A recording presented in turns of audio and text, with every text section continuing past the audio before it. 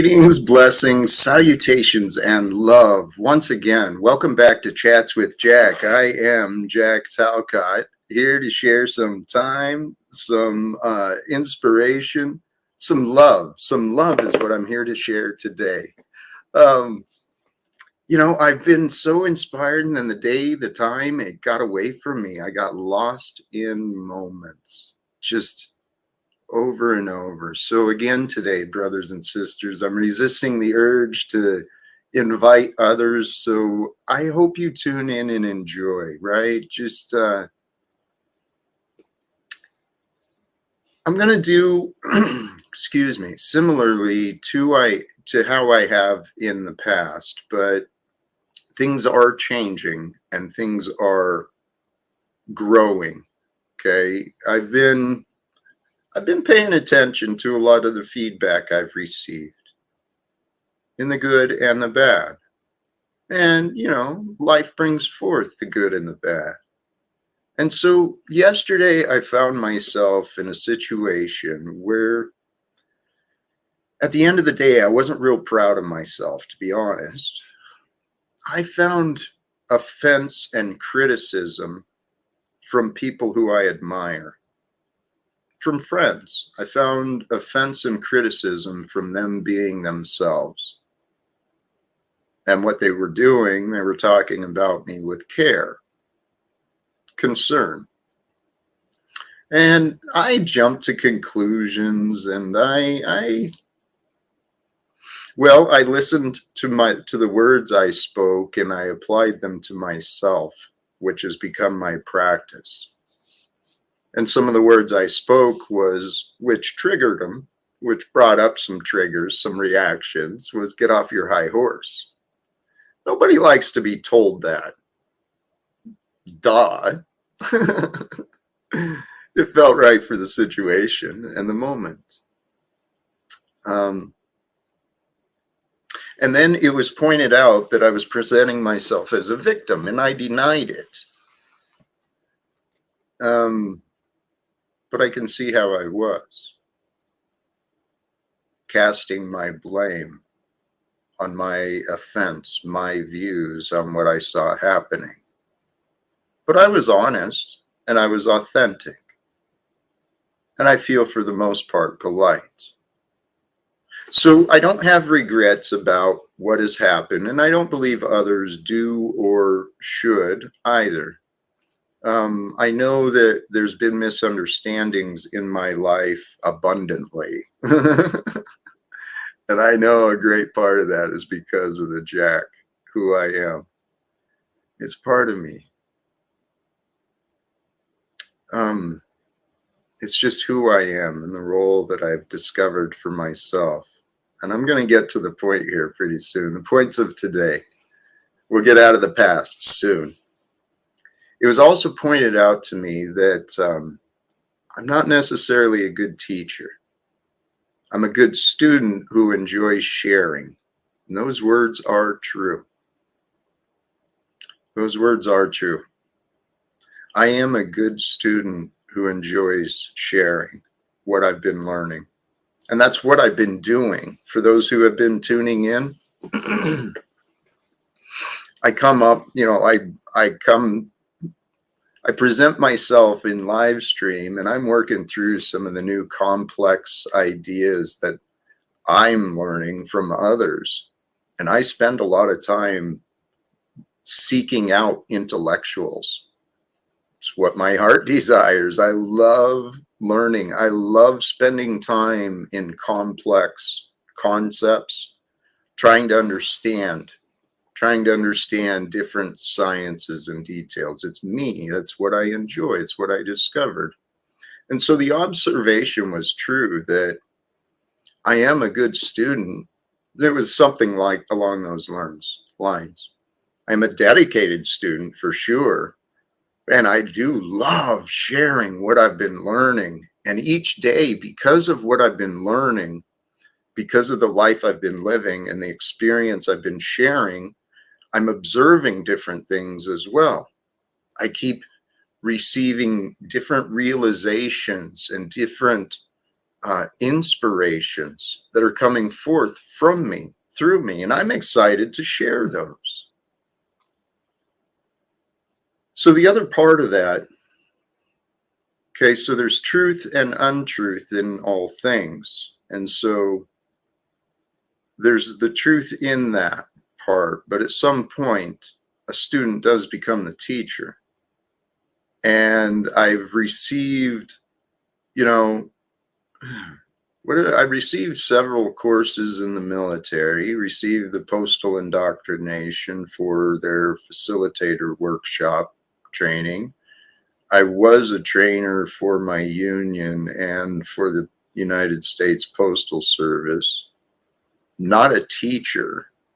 I've then since studied psychology, sociology, anthropology, human sciences. Sciences in general is what I've been studying. Oh, and with a direct purpose of leadership. Leadership. I've been studying from some of the top life coaches who are alive today. You know, these coaches who actually work with executives, CEOs, the top level people. I've been studying those people to see what they're sharing with those leaders, right?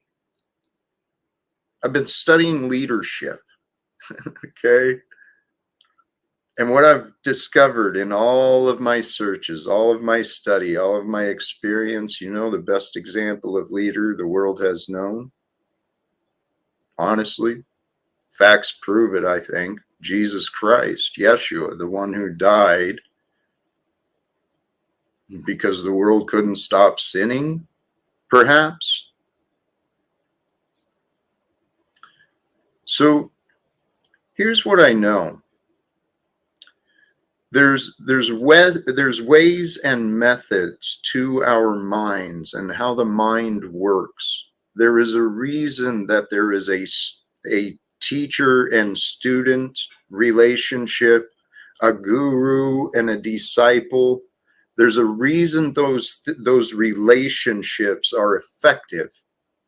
They work because the student places themselves into a place where they're willing to receive, a place of humility, where they're honest and seeking the answers. When a student is ready to learn, we can learn anything when we try.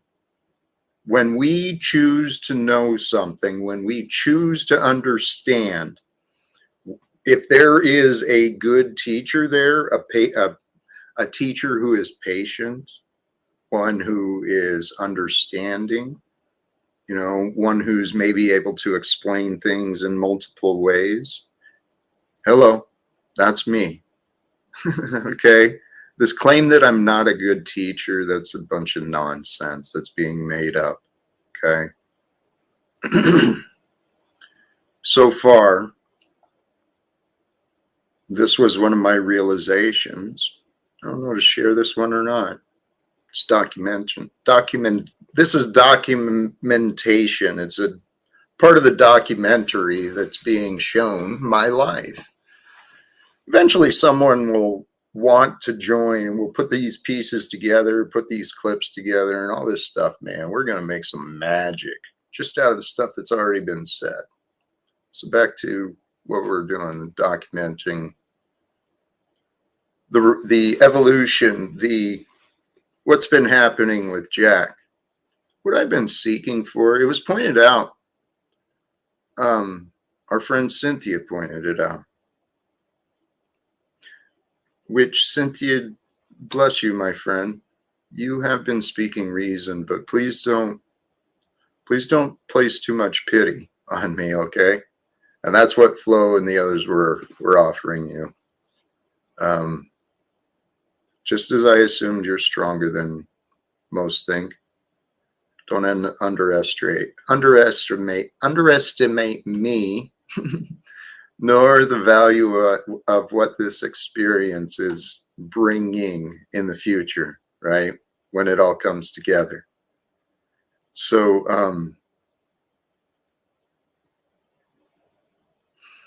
what I've been seeking, honestly, is a chance. And yet the world has been so unwilling to really, the world, the world I have experienced in the limited people who've been in my experience, from my perspective, I don't feel like I've been allowed a fair opportunity, right? I mean, I was talking to my mother earlier today about this. According to public record, testimony, right? Testimony of people who allegedly know me and love me.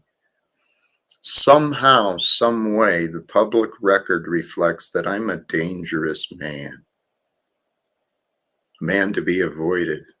That's what many say. That's what I was reading in chat yesterday, is that people want to say that I'm a panel in a stream to be avoided. It's like, whoa, holy shit.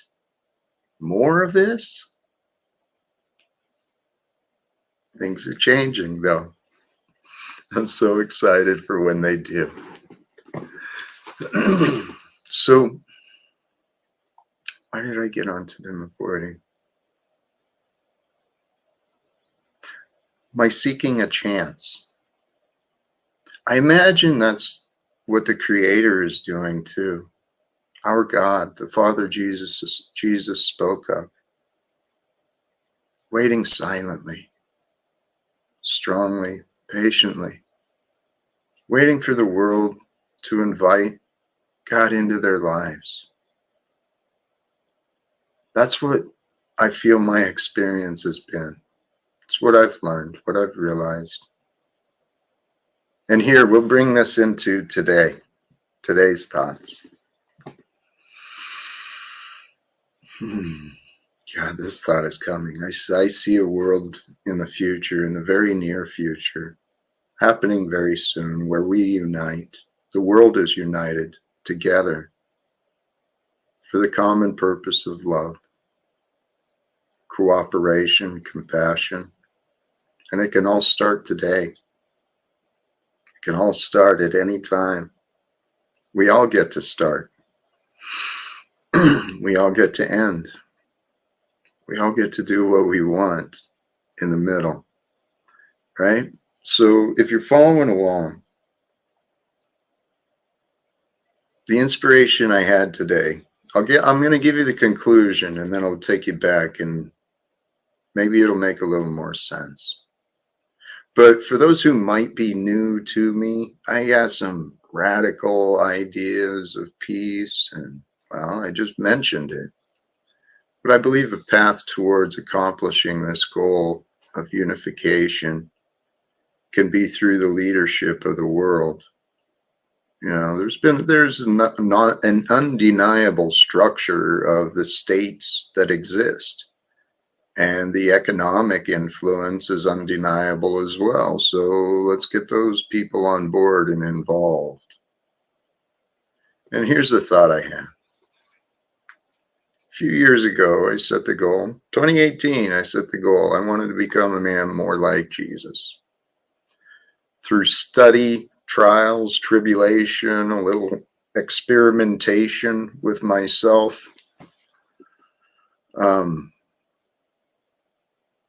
I discovered we are. All of us. We're just like Jesus. Just like him. So many ways. It's our conditioning and our lack of will, our lack of trust. The past, the memories of trauma that we choose to keep, that's the stuff that prevents us. And I'm not saying it this way to put blame, but in the end, people are responsible for what people are doing. And what people are doing is a direct result of what people around them allow them to do. I'll bring this into these live streams, and these words are a reminder for me. People will do what people around them allow them to do. In these live streams, there's going to be a lot more order. Okay, simple as that. This chaos, nonsense, this bullshit of people coming up on the panel, not even discussing, clear,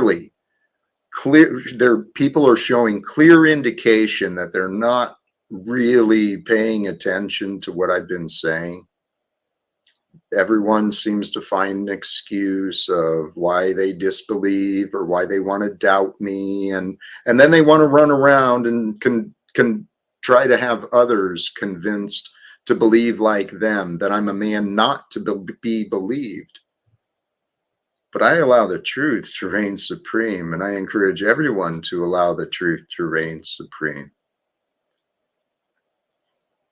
I'm going to get to today's inspirations and then into a lesson, and then maybe the panel from there. But I'm seeing some names I'd welcome joyfully into the panel with me, but I do want to get through these thoughts, share them while they're fresh, I guess. I was thinking earlier about how God is truly our best friend. No, that's right. Here's the conclusion. I set the goal to become a man more like Jesus. I got a new definition for it today. I want the world around the world. That's how it is. Around the world, I hope there will be people reaching out to others saying, hey, you heard about this guy, Jack Talcott? You got to check out the words he's saying, man. They just ring true, right? And so that's where you guys come in, the viewers. You can be a part of this dream if you want, because ideally the goal is to get these ideas of peace, harmony, equity, righteousness, allowing the truth to reign supreme rather than bankers and authority. The idea is to get these ideas around the world, right? And, there's mainstream media opportunities, there's social media opportunities, there's community connections, there's family connections. There's a way to get me these ideas in front of, I don't know, anyone we think can help, anyone who we think might want to help bringing peace to the world. That's who I want to talk to, right? It just seems to make sense. If that's my dream, that's what I want to happen. I want to be a man like Jesus, right? But you turn to me, I'm going to tell you, turn to him. But really, you're turning to you and the Christ that's within you. It's here and now. It's in the present. With your surrender of your worries and your hate and your discontent and your pain and your suffering, when you release those things, there it is. There's the spirit of comfort left behind for us all to receive, to know, to enjoy.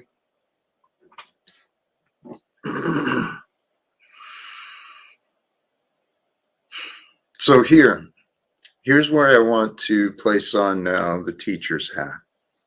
Okay, and we'll get into the topic of the video. The basics of simplicity. Golly geez, man. Hey, you know what? This is what I'm going to do. I'm going to drop the link, and if he wants to join, this is for the Machine Lies. Okay? I wonder can I do that just for you? I don't know. You know what? Praise God. Whoever, we'll see what happens. But the ideas of this were built with some of the things I've heard said from our brother, the Machine Lies, regarding technique and skill. And I figured with him here, he could help me clean up my language and make sure I'm accurate. The basics of simplicity. What a coach does. What a coach does, an athlete does, and a master does, or an artist, right? A coach in athletics teaches the fundamentals, teaches the basics, right? And and through an athlete or an artist, what do? They take those basics, those fundamentals of the game or the craft, and they enhance those. They build those basics so within them that the basics of what they become, it's them, the athlete, the artist. Um,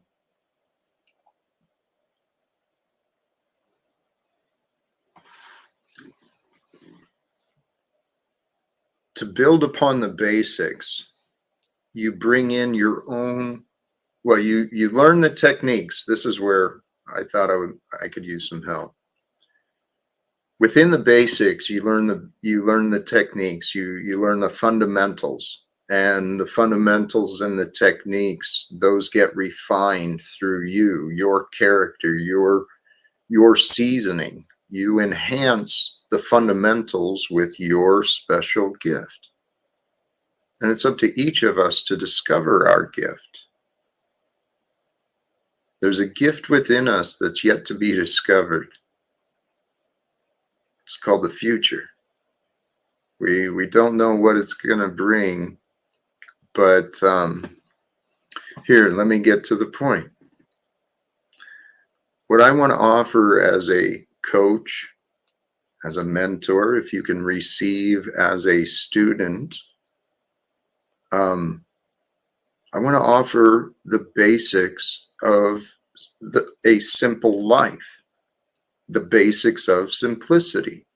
Creating and living and realizing a simple life exists right now.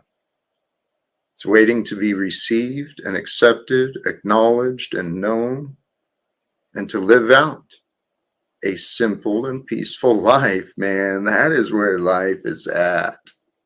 I'm telling you, this goal is worth achieving for yourself.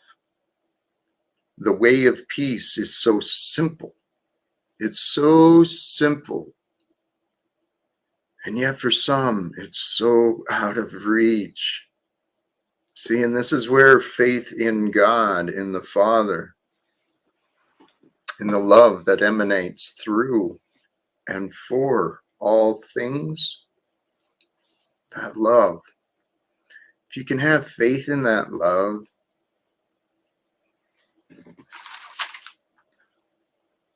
oh, that's how I said it. All you got to do is live from where you are at. Your simple life can start in this moment if you accept this moment from where you are at. And that's what I've been learning how to do, is learning how to accept that which is, because that which is. You got an opinion on it, so what? Okay? What are you going to do? So that which is. That's the first step for a basic or for the basics of a simple life. You accept that which is. That what will be, will be. Okay. So I'm getting a divorce. Okay. So I'm losing my job. Okay. So I'm losing my savings. Okay. Well, what will be, will be. So what? What are you going to do? That's the adventure. We've been living life all wrong, individually and collectively, man. Life is not meant, praise God. I don't know how it's supposed to be. I just know what it could be. And I know I've got a good idea of how it's been. But by God's grace, we are. And so what I've been finding myself doing, oh yeah, here's how you do this. Live from where you are at, and in your mind know that whatever is will be, whatever it is. So if we can live from where we're at, what we want to do, what I've been doing for myself is surrendering into the moment, reminding myself that my awareness is evidence of God's presence with me, God's will for me. It's by God's will I've had the strength to live this long. And admittedly, it was by God's will that I carried on, not mine. I didn't want to live. Fucking God wouldn't let me die. So I gave that up. I chose to try and live. And once I chose to consciously try and live, I thought I'd been doing pretty good in the past, but it wasn't good enough. Obviously. According to many, the way I'd lived wasn't good enough. So I chose to change, and the world allowed me to change. And I'm inviting you and the rest of the world to join me. Join me in creating change here on earth. Becoming the peacemakers, right? From the stream yesterday. I went back and listened to that stream yesterday. I'm not disappointed. I stumbled through some complicated ideas, many different topics. I could have done it much more clearly, that's for sure, but I found it to be entertaining. and regardless, well, that's one of the things about me that I found to be a blessing. It's how there's something amazing about our lives. There's something incredible about our minds and our hearts.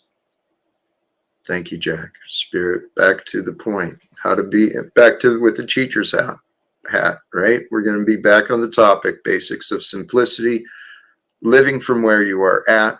What does that mean? Surrendering to this moment, remembering this moment contains peace and silence.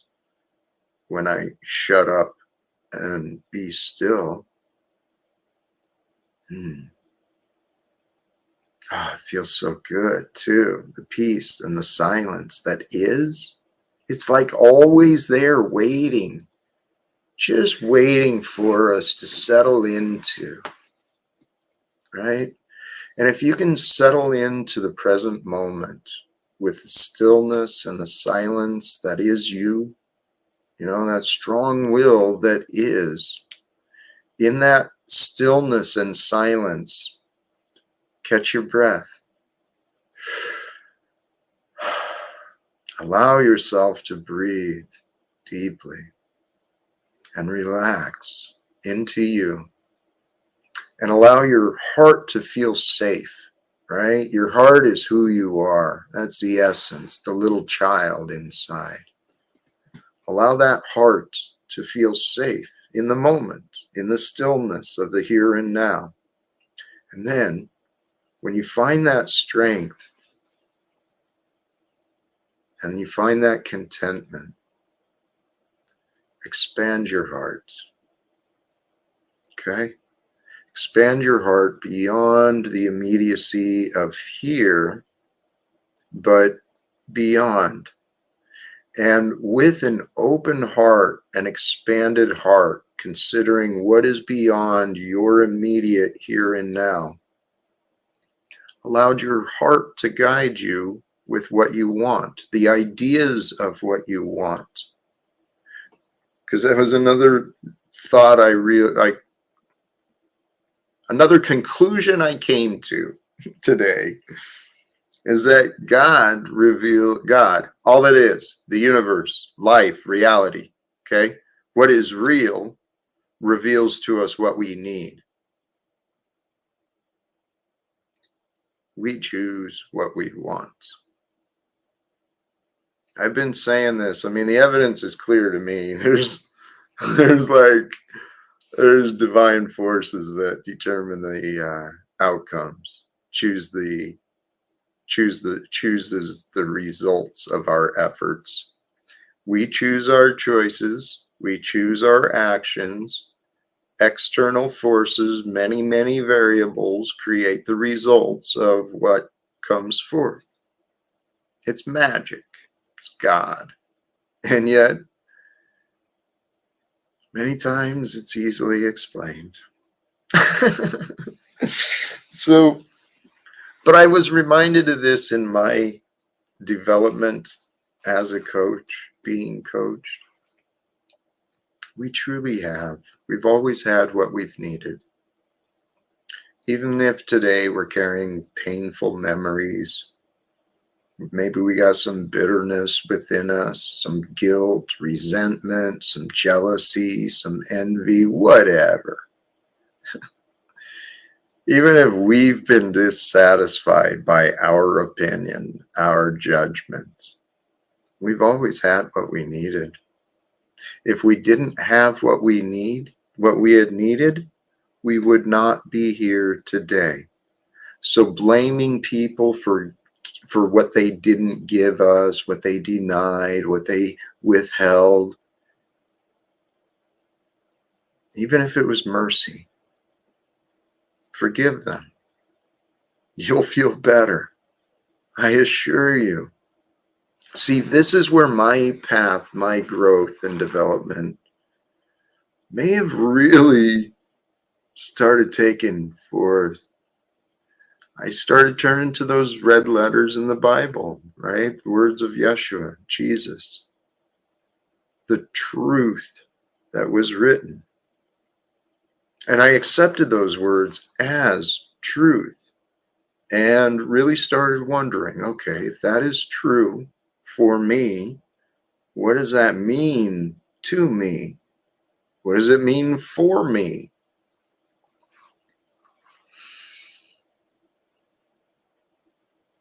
Well, the conclusion I've reached is divine faith, the faith that Jesus showed in the story, the character, that divine faith, that willing to sacrifice it all in pain, with the belief that it was for the purpose, God's purpose, purpose of love, so that others may know. I can understand that. Divine faith. It's easier to achieve when we stay present in the here and now, because the here and now is where and when your life is happening. So is mine. We only are in the now. It's our minds. Man, praise God. Praise God in all things, for all things, with gratitude, with appreciation, with respect, with humility. Because it truly is from God, all things happen, emerge. It's not by us. Okay, we're the tools, we're the instruments. We get to choose, we get to direct, we get to be the narrators. We are the storytellers. So what good are we if we're not honest? What good are we if we're not paying attention? What good are we if we think we already know everything? I mean, how foolish is that? And yet I spent a lot of time like that. I spent a lot of time thinking I didn't have things to learn. Like, in hindsight, how ignorant and foolish. And I am sure when I look back at me today in the future, I'll be sitting wondering, what the hell were you doing, Jack? Why were you not doing X, Y, or Z? I just haven't figured out what X, Y, and Z are yet. I don't know. I've been training myself and learning Okay, how to be content in the moment. And I don't think I even brought it up, but the thumbnail. Happy Sunday. And you know what? I think I've got pretty much everything I did want to say out. Boy, that was a short monologue, but for those who do wish to join, the panel is open. The thumbnail, Philippians 4:11-13. Not that I speak in respect of want, for I have learned in whatsoever state I am therewith to be content. In other words, I've learned how to be happy, right? I don't really worry. Here's another translation. I'm not saying this because I am in need, for I have learned to be content, whatever the circumstances. Oops, where'd it go? I know both how to be abased, that means like drop down and humiliated, and I know how to abound, how to be abundant and prosperous. Everywhere and in all things, I am instructed both to be full and to be hungry, both to abound and to suffer need.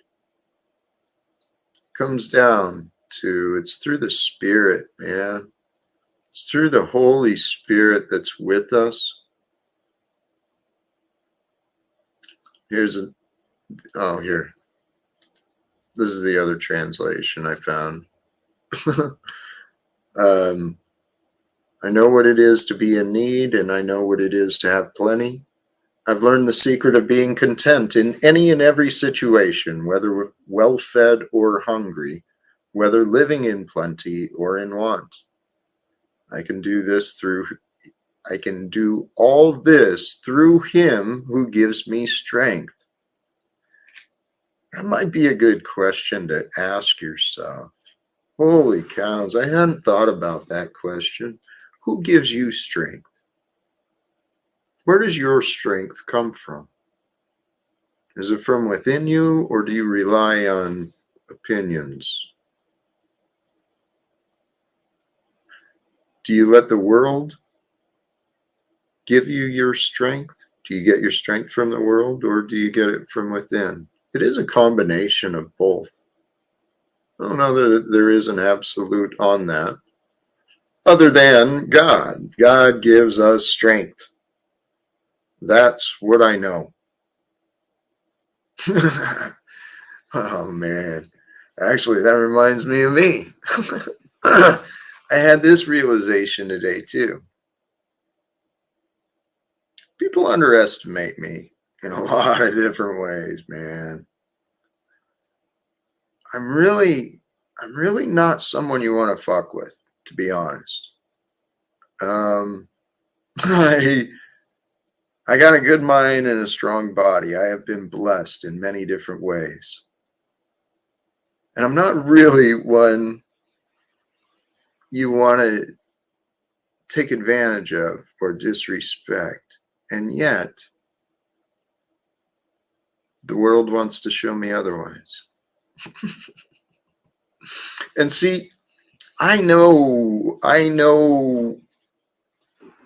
what I'm capable of. I'll just say that.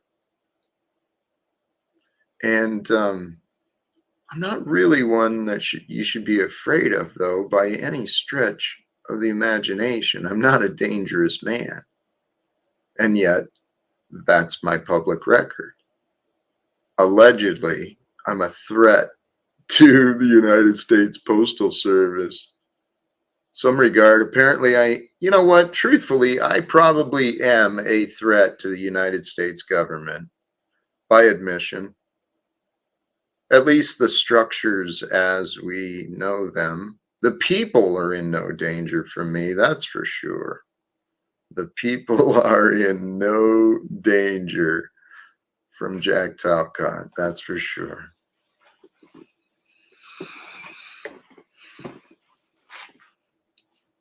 And yet there's been a lot of people who are afraid of me, allegedly. They claim they are afraid of me. And see, here's where this is not egoic, it's an observation. And I encourage anyone to review the facts with me and show me where I'm seeing the facts I see inaccurately. But I truly believe that this, live without fear, it's actually evidence. It's evidence of what I've been saying. God is with us. God is with me. I know that for sure. And yet, I don't know how to say this without offense, but I'll say it as gingerly but as honestly as I can. It's just like with God. I see so many people not knowing what God is, not knowing squat about where God is found, but they're just preaching and telling everybody all sorts of crap and nonsense. Stuff that doesn't even make sense, but people believe that shit. Same thing's been happening to me. Ever since I set the goal to be more with God. It's so hilarious. It's so amazing. Especially if this works out in the end the way I've envisioned. Because what I've learned and what I hope you can take from me, if you can trust me with anything, if you can trust yourself to hear the words, to understand and accept the words as though they might be true from a man who might know. Simple as that. God is your best friend. Might be time to invite your best friend into your life a little bit more. Into the conversations about your problems, into the conversations about your relationships. I encourage you to talk to God.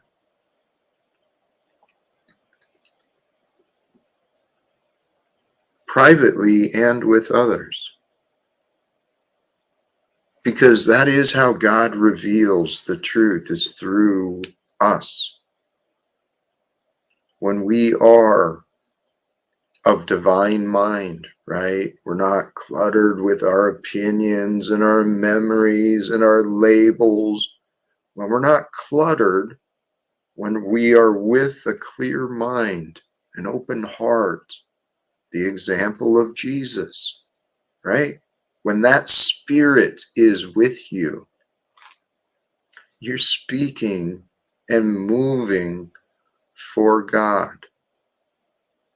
That's why when we serve others, when we help the needy, when we care for others, it feels good. You get rewarded inside. I know that's the only way some of these nonprofit volunteers survive, man. I see these people busting their asses. People who have so little. But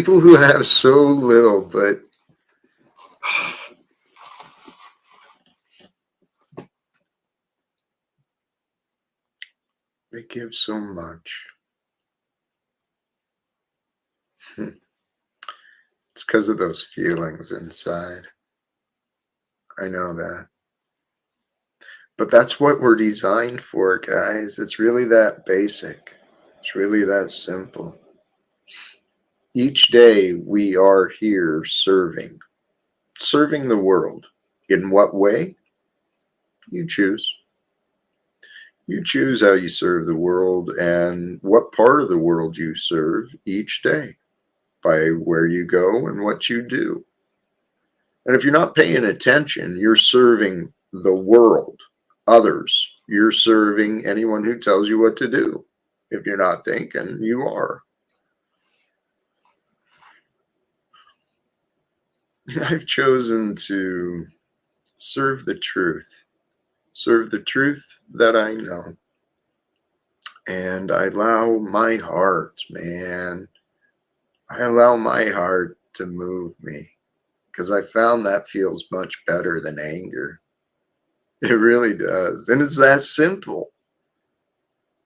Oh, that reminds me. I didn't make any notes on that thought. I fit a lot of profiles, right? Like the old hippie guy, the tree hugger, maybe the tenured professor who really doesn't give a shit anymore, right?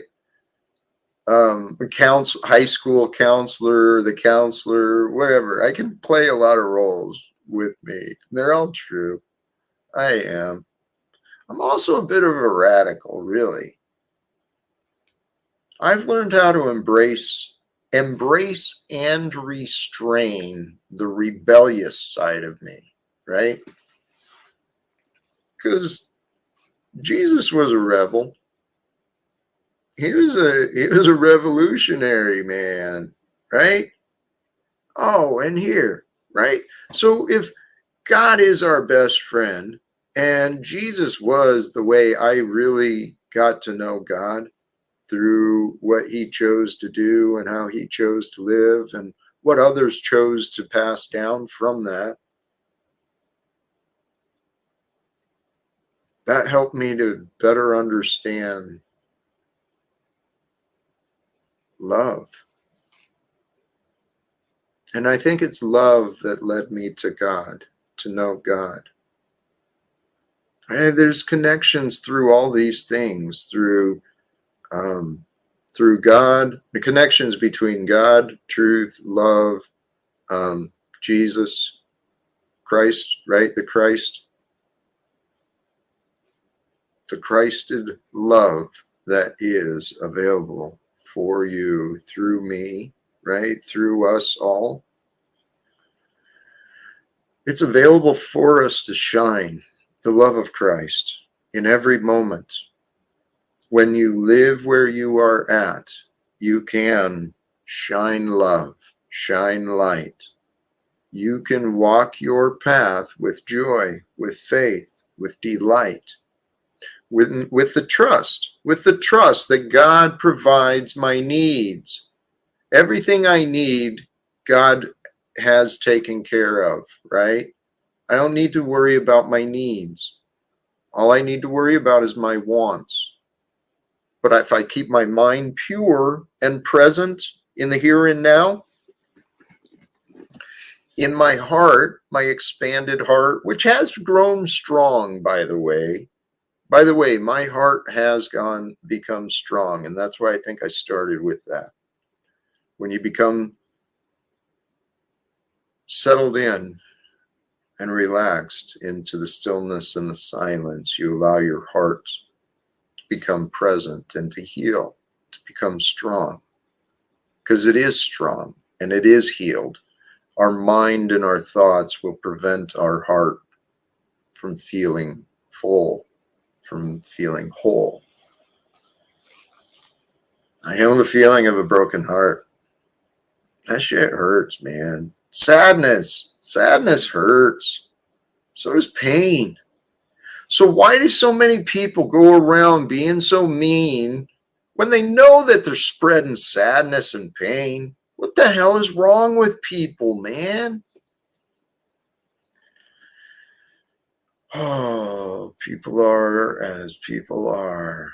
And praise God that we get to know people. Because people are pretty amazing, actually.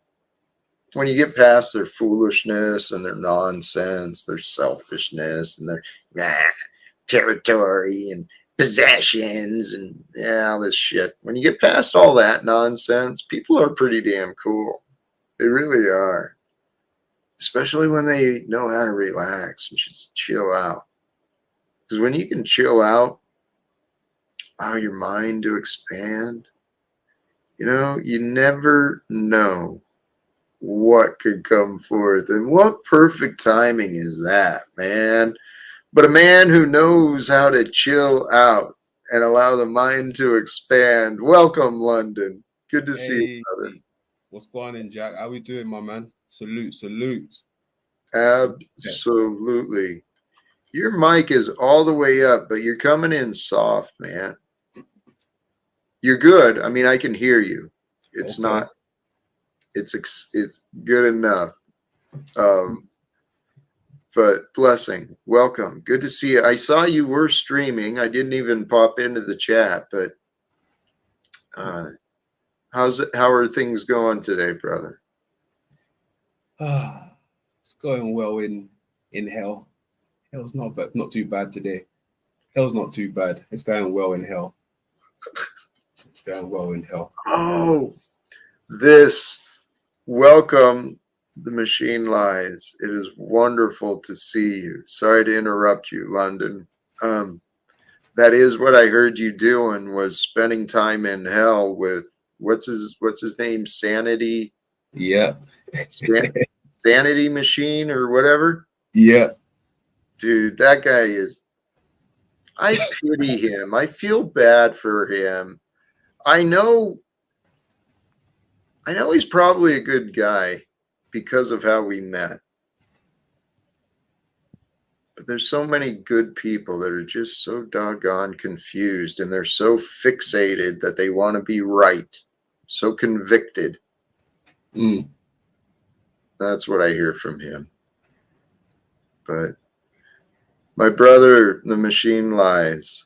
Welcome to you. Greetings. I hope everyone can hear me just fine. Or Yes. yeah, Peace.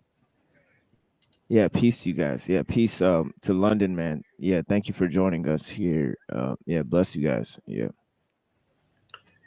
Dude, I don't know if you were around. I have not been paying much attention. Actually, no, be honest, Jack.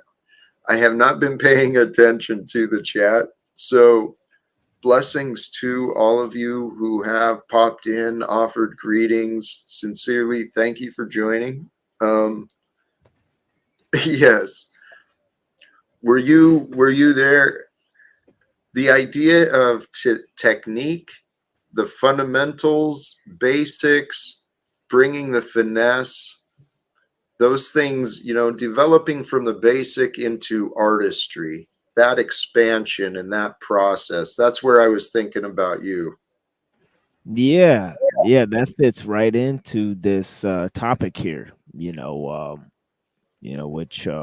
really one of my favorite topics. As I say often that you know um, patience comes from Allah and haste comes from the shaitan. So really, what it is that you know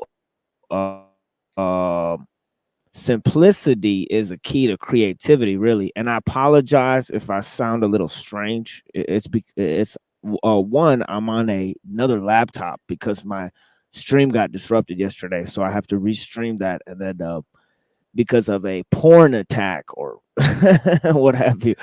So periodically that happens.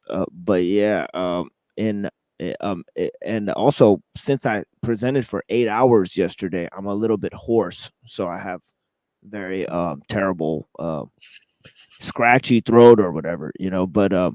But in terms of simplicity and creativity, and artistry, I think there's a huge understanding there. With technique is simplicity in a sense, because it marries functionality to aesthetics in such a unique way. But that goes into the thing where you collapse various dimensions together. That is simplicity. It's taking a bird's eye view. Really is simplicity. And we talked about kind of society and technology and complexity, how it relates to complexity too. So there's an artistry in terms of technique leading to complexity, but human art is about simplicity, where creativity is actually simplicity, coming back to what's really really important, what's really the foundation of the whole thing, the roots, if you will. So I friggin' love you. I have to admit, I allowed my mind to get distracted by the chat for a moment, and I don't mean to No interrupt. worries, no worries. Chuck in Tennessee, you have been a superficial supporter. I see right through you and your nonsense. You're welcome to join and have conversations, but your little backbiting, negativity in the chat, you can take your ass elsewhere. So the simplicity and the basics, right? From the basics and the simplicity, the creativity flourishes. It's from that state that it grows. Um, and that is who we are. At the essence of us, we are simple creatures. We really are. We're animals, we're beasts. We've got the fundamental needs of, the hierarchy. What is it? Who Maslow? What is it? Yeah, The hierarchy. Maslow's Abraham Maslow, a hierarchy of needs. Yep. Thank you. With the Yeah, self actualization at the top, which is very interesting thing to put on the top of a pyramidal structure. But holy yeah, cows, it's kind of dude. very like pre-Masonic diagram, but really it's based on the Plato's tripartite soul. That you have your desires on the bottom, then you have your sense of belonging, your community, and then at the end you have your rational soul, which is it demands higher things, but those higher things are only brought, as I said, paradoxically, through a bird's eye view, through softening the glare, as they say. What I mean? Not straining too hard at the details of things, and seeing like kind of like the bigger picture of things. That's simplicity, in a sense, is a kind of bringing things into relation instead of dissecting them, I guess. Yes, unifying, bringing the concepts together rather than the division. This is where the complexity of us is. We are simple and complex. We can create what is into very simple or complex. It's amazing. It's mystical. Humans are missing out on what it means to live because the world has been confused, literally, for profits. It's satanic. It's like it really is evil what has emerged through the world, the greed and the punishment. This is a bunch of nonsense, man. People got to wake up. How do we wake up the world? That's the question I'm wondering. There's a simple answer, too. With God, all things are possible. And the simple answer is through us. Through us who know it can happen, we create it. We start it to happen. A world of peace where we wake up. There should not be wars. There is no logical reason. There is no logical, substantial excuse for nations to be at war, for soldiers to be murdering each other, for citizens and innocent children to be in this destruction and chaos. There is no logical excuse, no excuse that's worth any consideration. And yet, this is the world we live in. Man. Yeah, and that's the thing with the world, is that if you look at the work, and I'm not saying I agree with this, because the worldview of this person is a little bit arcane, to my understanding, but Stephen Wolfram has this notion that simple rules can generate complex systems.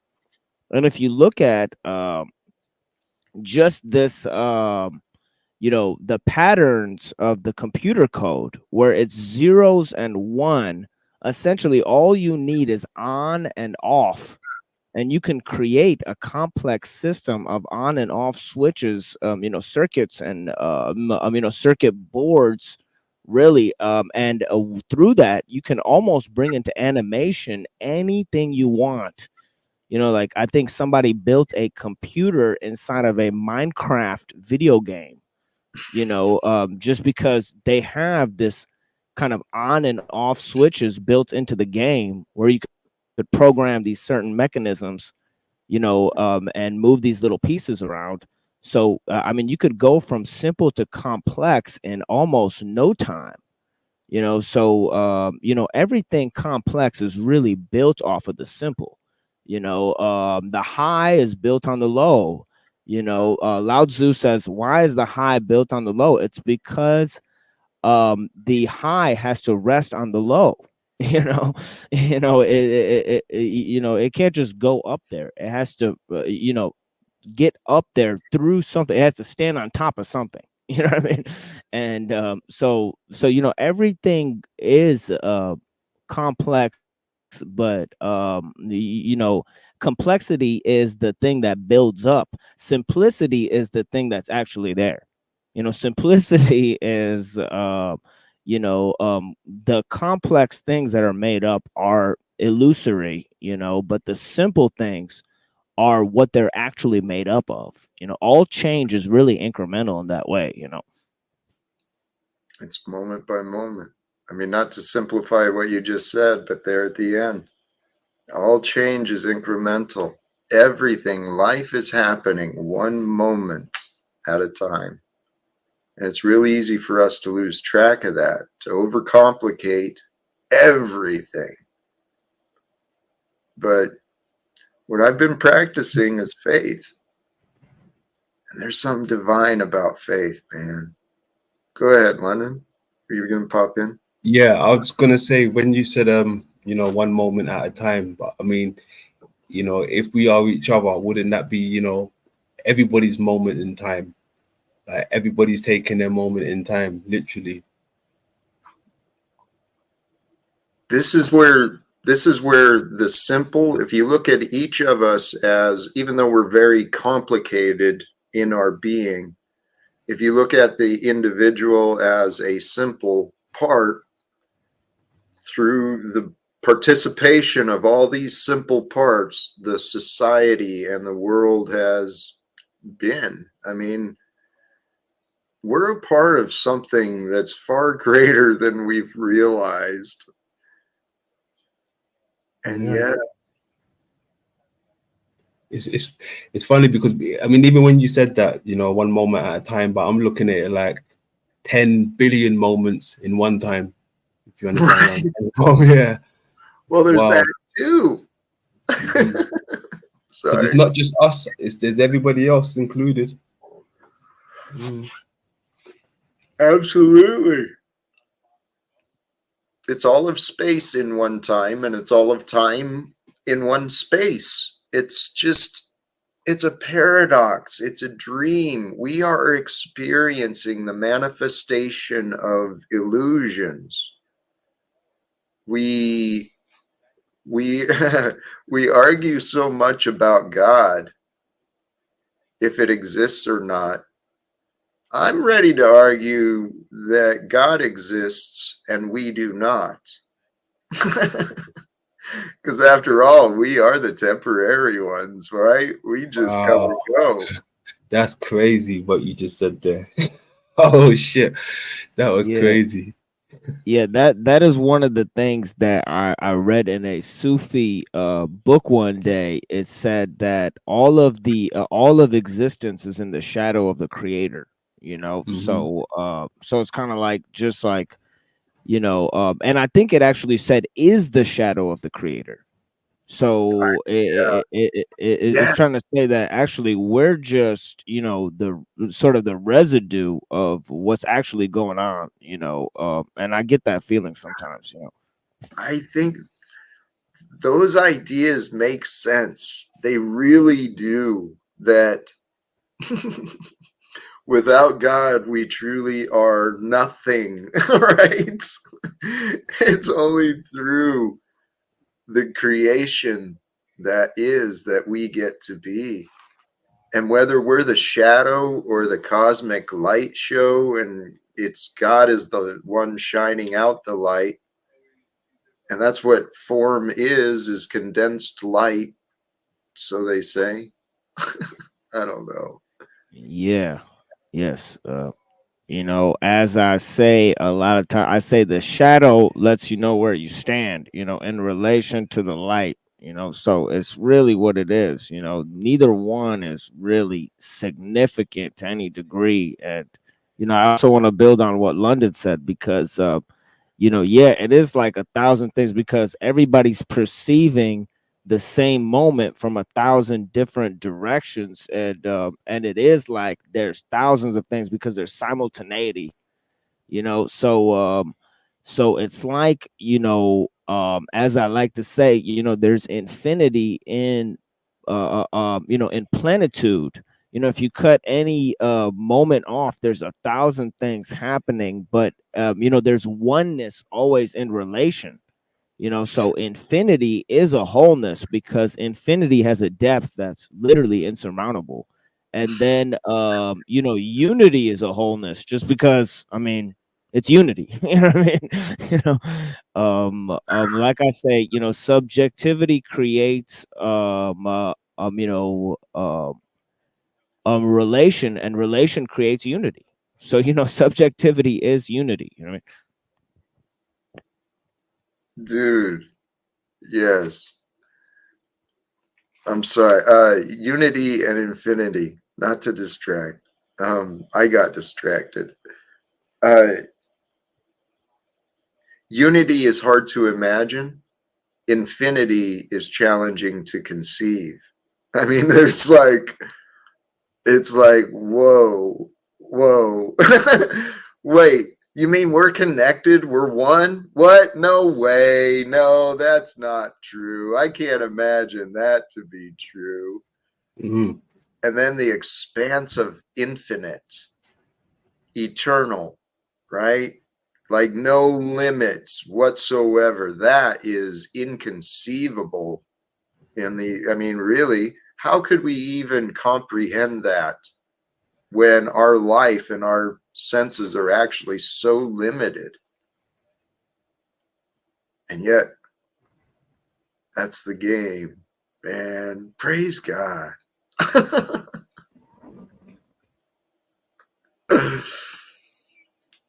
Oh, hey, you know what? The listeners, the folks, I think TML could share in that dream too. To be a man like Jesus, in that around the world, people are saying, "Hey, you hear this guy? Yeah, I'll be listening to the words he's sharing. He's sharing, man. There's a depth of wisdom coming through there." Yeah, Nice. one time I was at a gas station in Detroit, and this black girl with this lip ring, she had like a lip ring and a tattoo, and and she said, "Damn, you fine as hell. You look like Jesus." So maybe, so you know I do get that sometimes, but I think it's really the hair and just the olive skin. You know what I mean? But Yeah. it is what it is. I do look like a lot of people though. That's a problem. I have kind of every man face. Like if you combine all the races, you get a motherfucker that looks like me. Yeah. You've been blessed. We But have I'm been happy. blessed. Yeah, we're God. It's God's, fingerprints. What are you gonna do? I'm the way God made me. Well, hey, this is the lesson on the We'll just keep repeating it. The lesson for the basics of simplicity, right? In the end, what it comes down to is knowing within yourself. Whatever is. Whatever will be, will be. That's where it starts. And from there, you bring your finesse, your energies, and you create the reasons why whatever will be, and whatever is, why those things are okay, why you're good enough, and you're filled, and you're content. You may even have enough to share. Just comes down to the basics, man. We got to learn how to flow, learn how to adapt, be like water, right? Bruce Lee, be like water. We pick up the things in life, right? Life is going to show us all sorts of different things. We get to determine the meanings for us in what life brings forth. So hold within yourself the things that are good for you to know, and the things that don't really bring value to your future or to what is good for your fulfillment, your health, your life. Let those things go. Just because we pick up a habit along our ways doesn't mean we got to be defined by a habit. And that includes our patterns of behavior, our choices. We can change at any time when we want. Which actually, here's what I want to encourage people to consider. There's a lot I have seen, and I've experienced it for myself, and I've seen so many people facing their fears and showing unwillingness to change. People don't want to change when they feel safe, when they feel comfortable. Change comes through pain. So if we feel comfortable, a good way to inspire and motivate change, say you got a habit, or something in your life that you really just been dragging on too long, putting off. Go in your mind and imagine, take the habit and the pain, recognize the pain that the habit causes, or recognize the pain that's in your life, and really expand it. Feel the pain. Feel how miserable you're creating your life with your addiction, with your looping habits of low self-worth, or of blame and victim, whatever. Feel the pain of what you're doing and allow that to really be felt. And then realize that the inversion of that is the pleasure that's to be found by the release of the choices that are bringing pain. So if that makes sense, the idea is to, within yourself, create the contrast. And I tell you what, when you can recognize the pain you're causing to yourself through your choices, you can be aware of it and actually recognize it and feel it, become accountable for it. It's a motivator. And I tell you what, the reward, man, the reward is the release of guilt, the release of attachment, whatever. There's a release to be found when we choose to change. And I've had to humble myself and accept the change that life brought to me in many different ways. It's helped create these stories, right? So I do look forward to the future, though, where people aren't so quick to take, or where they pay attention to what they're sharing. That's what the key is. I talked about You guys doing okay? Yes. Yeah, all good. All Okay. good. I was about to jump off into another thought that came up, and I was just realized I've been going on and on. You guys are both just sitting No, here. no worries. No worries. No, I'm intently listening to what you're saying, you know. Respect. I appreciate that. It was something I was talking to my mom. I spoke with my mother earlier today. God bless her soul. Nice. God bless. Yes, it is nice. I'm very grateful that her and I still are able to speak. But people have, even in my family, people have not been taking me seriously.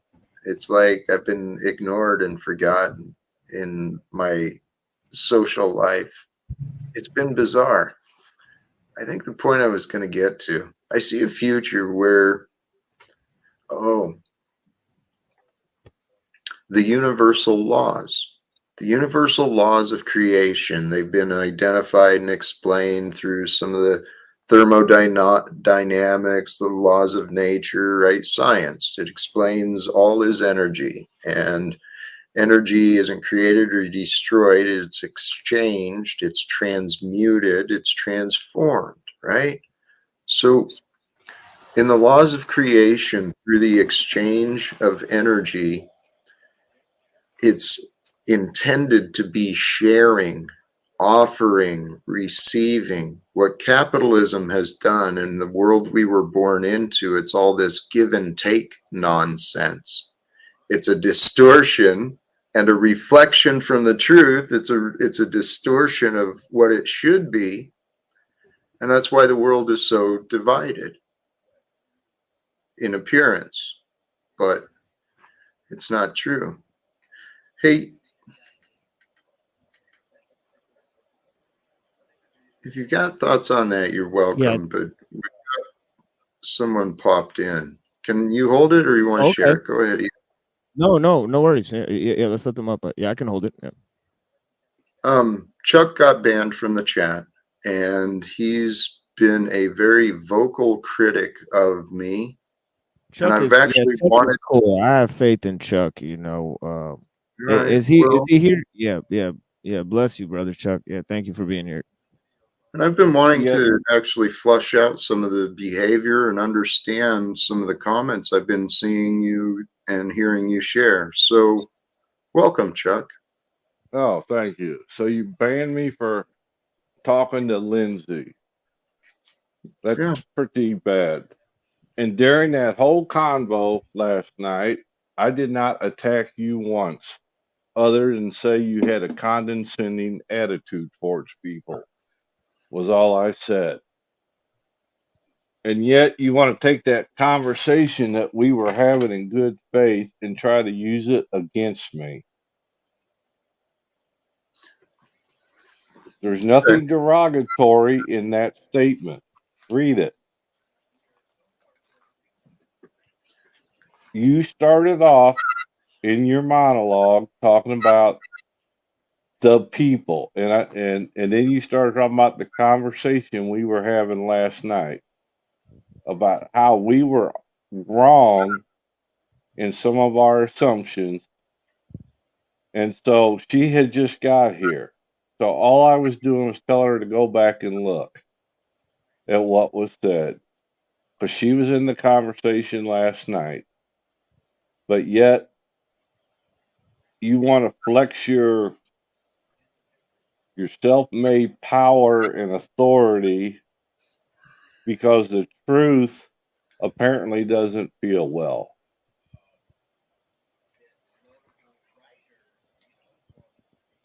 You're. Because I did not attack you at one time last night when you was on. I sat by and I did not, other than saying your condescending attitude towards the people that were talking to you was all I said. I'm not here to destroy you. I like you, Jack. Hey, Chuck. Do you care Yes, to know? sir. Do you care to know anything beyond what you think? What's different between what I think and what you think? Do you care to know? Because I've tried explaining myself to you before, and you've been obviously not paying attention. You've been dismissing my words and quite insulting, which shows to me your confusion. So, My confusion. Okay, so I'm listening. again, I'm asking you. I heard what you said. You joined the panel today to narrate your opinion of our shared experience, and you revealed what you think. And so, There Chuck, was do nothing you care? derogatory. Do you care to? Well, I disagree. I I did mean, not say that Jack was an asshole and he said this and he's all I said was apparently our conversation we were Chuck, wrong why are in the you convo. repeating yourself? Do you think I don't remember? Or are you just Apparently not. deflecting? Well, see, Chuck, here's what I'm observing. If you notice yourself, what you're showing me is patterns of an insecure ego. Okay? It's the part of us that needs to argue, needs to be right. Well, I'm You not the feel one like that was laughing at somebody when they you feel like a victim, and then you're reacting as a perpetrator. Let's observe what Chuck is doing up here. Rather than explaining himself or even asking a question, even allowing any answers to be known from me, he wants to present the case, then continue to defend, deflect, and distract from the conversation. So chill the fuck out, Chuck. Okay? We can talk about things like adults. So, which part should I address first? Your complaint about today or your complaint about yesterday? Your defense about yesterday or your defense about today? Where should I start, Chuck? well, apparently you want me to be quiet because you keep muting me. I kept muting you because you kept interrupting me. See, Chuck, Well, what you're let's start with the maniacal laughing at the person that was trying to express what they saw to you last night in an honest and sincere way, and you immediately went into a maniacal laugh fit, totally disregarding what the person had to say. Hey, Chuck, you're revealing your foolishness. You'd be best. Someone says I'm the worst lawyer ever. You Um, told me hey, Chuck. to Hey, tell Chuck. you what the issue was. Chuck, can you shut up for a minute? Okay. Allow me to run things for just a moment. I'm the worst lawyer ever. I'm counseling. I'm advising you, Chuck. Shut the fuck up for a few minutes, okay? What you're showing is exactly what I'm describing. You're sitting here looping, and here, let's come back to the brain. I know you first came forth with the complaint and claim against me because you were censored in the chat with you presented a defense and assumed that that's all the only fucking answer. So here, Chuck, in your comments to Lindsay, as you offered, you said in regards to what she's missed, same old, which I know how you've been describing me, Chuck, and we'll come back to that if you have confusion on those things, but same old, same old. He kind of touched on our convo from last night. I'll come back to this. Well, we were wrong, so to say. The little Eeyore victim bitch showing. So, Chuck, had you listened to my words today, what I started out with was actually quite a bit of humility, some public recognition that I may have jumped to conclusions and reacted poorly to people I care about, to friends. I found criticism and offense, which I believe by a fair mind, they could easily assume that was a reasonable thing for me to receive by people who supposedly want to see me supported and supposedly want to see me grow, but then don't talk to me privately, go around publicly complaining about me, encouraging others, with their leadership. I'm not going back to Jack.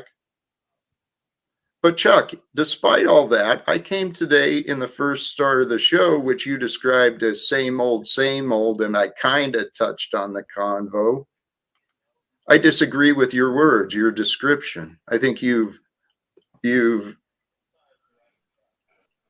misrepresented the truth, Chuck.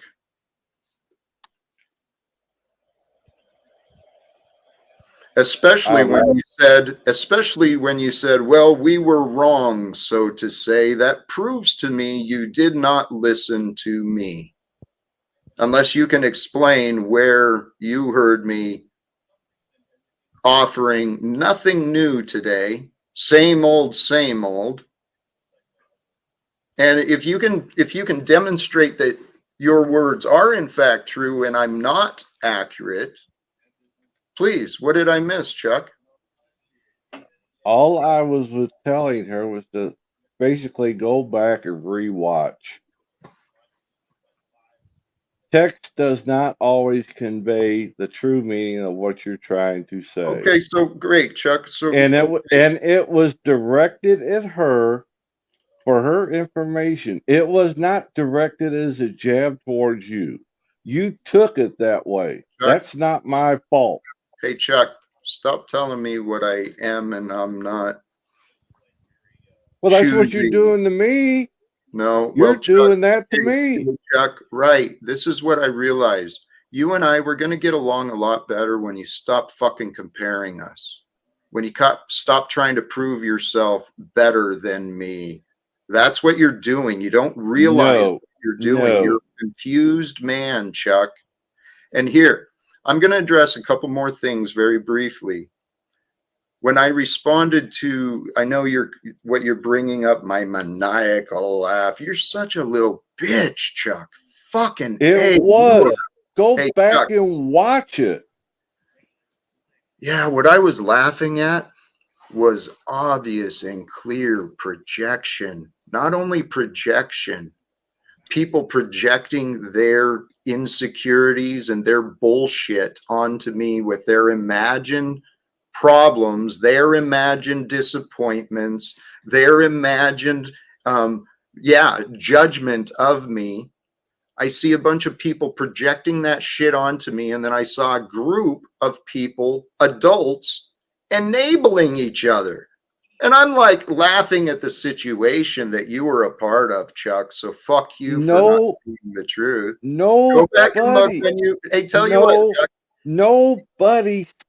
They said it multiple times. It was a conversation. It was not a beat up Jack session. People were trying to be honest with you.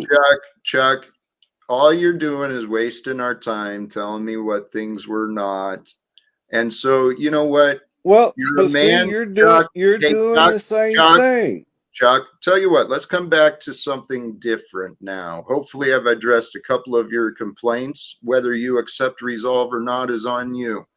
Now, the one I'd like to discuss with you is, what is an antichrist to you, Chuck? It was a joke. Did you not see the LOL at the end of it? Okay, well, hold on. Actually, let me back up, because more so, I want to know about you. Do you consider yourself to be an honest man? I try to be. How often? All the time. I'm not perfect. How often are you honest? I can't give you a percentage. What do you want? 99% of the time? Do you keep track of your lies, or there's too many to count?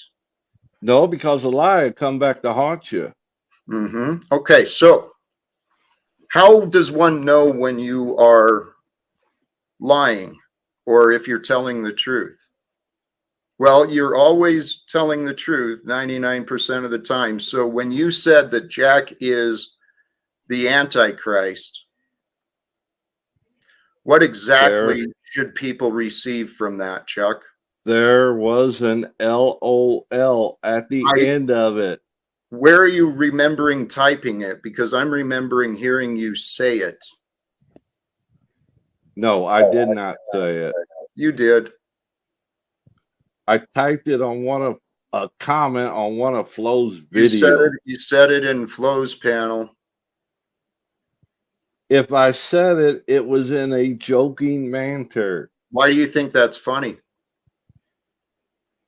What is the In funny the part? What is the funny part about the in the Antichrist? text of the conversation, Explain it it to was me, a Chuck. it was a lighthearted satire conversation. If I said it at all, What was your intention if you said it? I just told you it To was a what? satire. Chuck, okay, so you wanted to be humorous. You Yes, involved me. So you what? put yourself out there as a Hey, Chuck. creator. Oh, Chuck, you think you're promoting me? You're promoting me when you're talking about me, or are you just wasting your life away complaining about people and talking and gossiping online? Because that's what I see you doing, Chuck. I see you as honestly a disappointment, and you don't seem willing to really accept what I've been offering. You've been in this pattern of denial and defense. You're feeling defensive because you've been constantly attacking my character, Chuck. You're a very confused man who does not know what you're saying. And I'm encouraging you, Chuck. You're a grown man. It's time for you to start fucking paying attention to what is real and what is not. For you to run around describing Jack Talcott as the Antichrist as a joke in the way that you have, in addition to all of your other criticisms and your constant negativity towards me, Chuck, you're a better man than what you've shown. And I shared this elsewhere with another friend who I care about.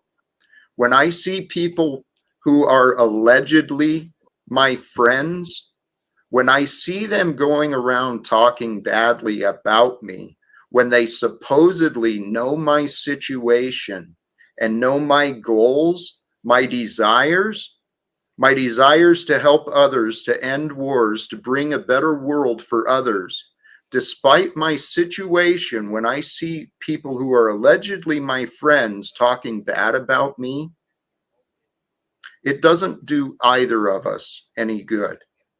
So, Chuck, figure out what part you want to play in my life, because so far you have not been enjoyable.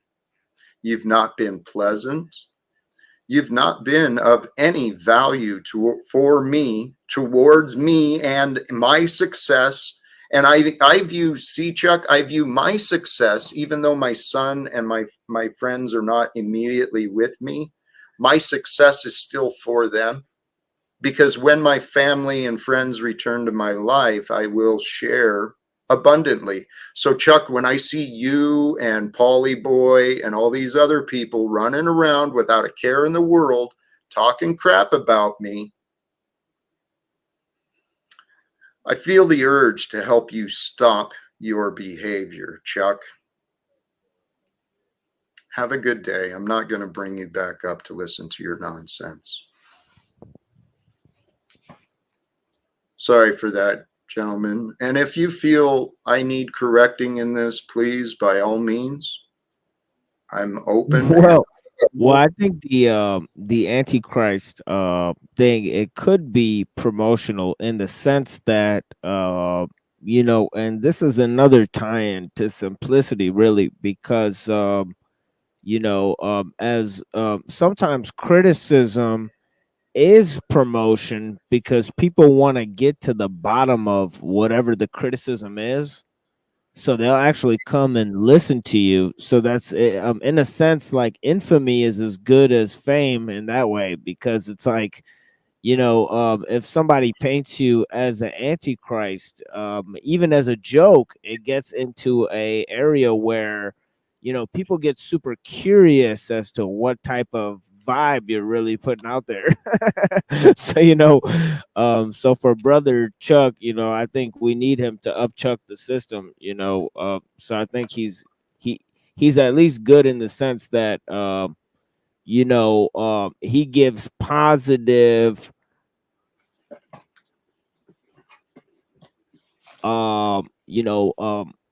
essentially, a negative that could be sort of as a false positive, in terms of, I've heard that much as I've heard a Jesus-y type of thing, because it's like, e- e- either way, people kind of think of it as, because they're very close in sensibility, because both of them bring about like a world rule. So it's kind of like this whole concept. It's more related to the concept of like this world rule, that people project, taking the world's problems, like like my mom used to say, like, in all these cartoons, they're always saving the world, and it's like, what do you why are they always saving the world, you know what about, the simpler things, really, your family, your country, your tribe, if you will, or creating a tribe or something like that. And I think that's really where brother Chuck is at. He's more on the kind of the communal, level, with things. And I think it's because he's coming from a place, he's coming from Tennessee. You know what I mean? So it's Chuck in Tennessee. And I've never been to Tennessee, but I've heard that it's a different sort of a place. It's kind of a beautiful place. A more greenery. So yeah, so I think it might give you, I mean, I've heard that people from the countryside, because I know that sometimes we're more like from the city, and brother Chuck brings You that know, kind of different energy. thank you for that reminder. I feel I have been patient with many people. And I've been criticized for being too patient. I've been criticized for not being patient enough. You know, the world is full of a bunch. Ha! The world is full of a bunch of bitches. People weren't running around bitching and complaining with like they got some sort of superiority over anybody. It's like, it's a point of not. I mean, here's what I do know. Back to Chuck, because you reminded, different personality, different background, culture, different energy. Um, it's a little different. I know what I see though, and what I see is my experience. I believe my experience. This is what I was trying to get across. I don't understand why people have been so unwilling, in my experience, to allow me to be right. It's just, it blows my mind away. When it comes to my innocence at work or with my family or the neighbors or whatever, it's like people are so adamant to prove me wrong. But if I'm right, this live without fear is no bullshit. It's from God and it's for a reason. It's for the world to change. And I don't know how it's going to happen. I used to think it had to do with what I was doing, that everything depended on me. It depends Yeah, on you us. know it. Yeah, it goes back to the Philippians thing, that you were reading. Kind of that mode that he has. That characteristic of humility. That sometimes people project in order to have a false sense of humility. So there's also that you could have a false sense of humility. Realizing that you're humble, or that you're humbling yourself, or kind of wearing your suffering as a badge. Well, that's not an appropriate way to look at situations. But actually, taking the approach that, even in times of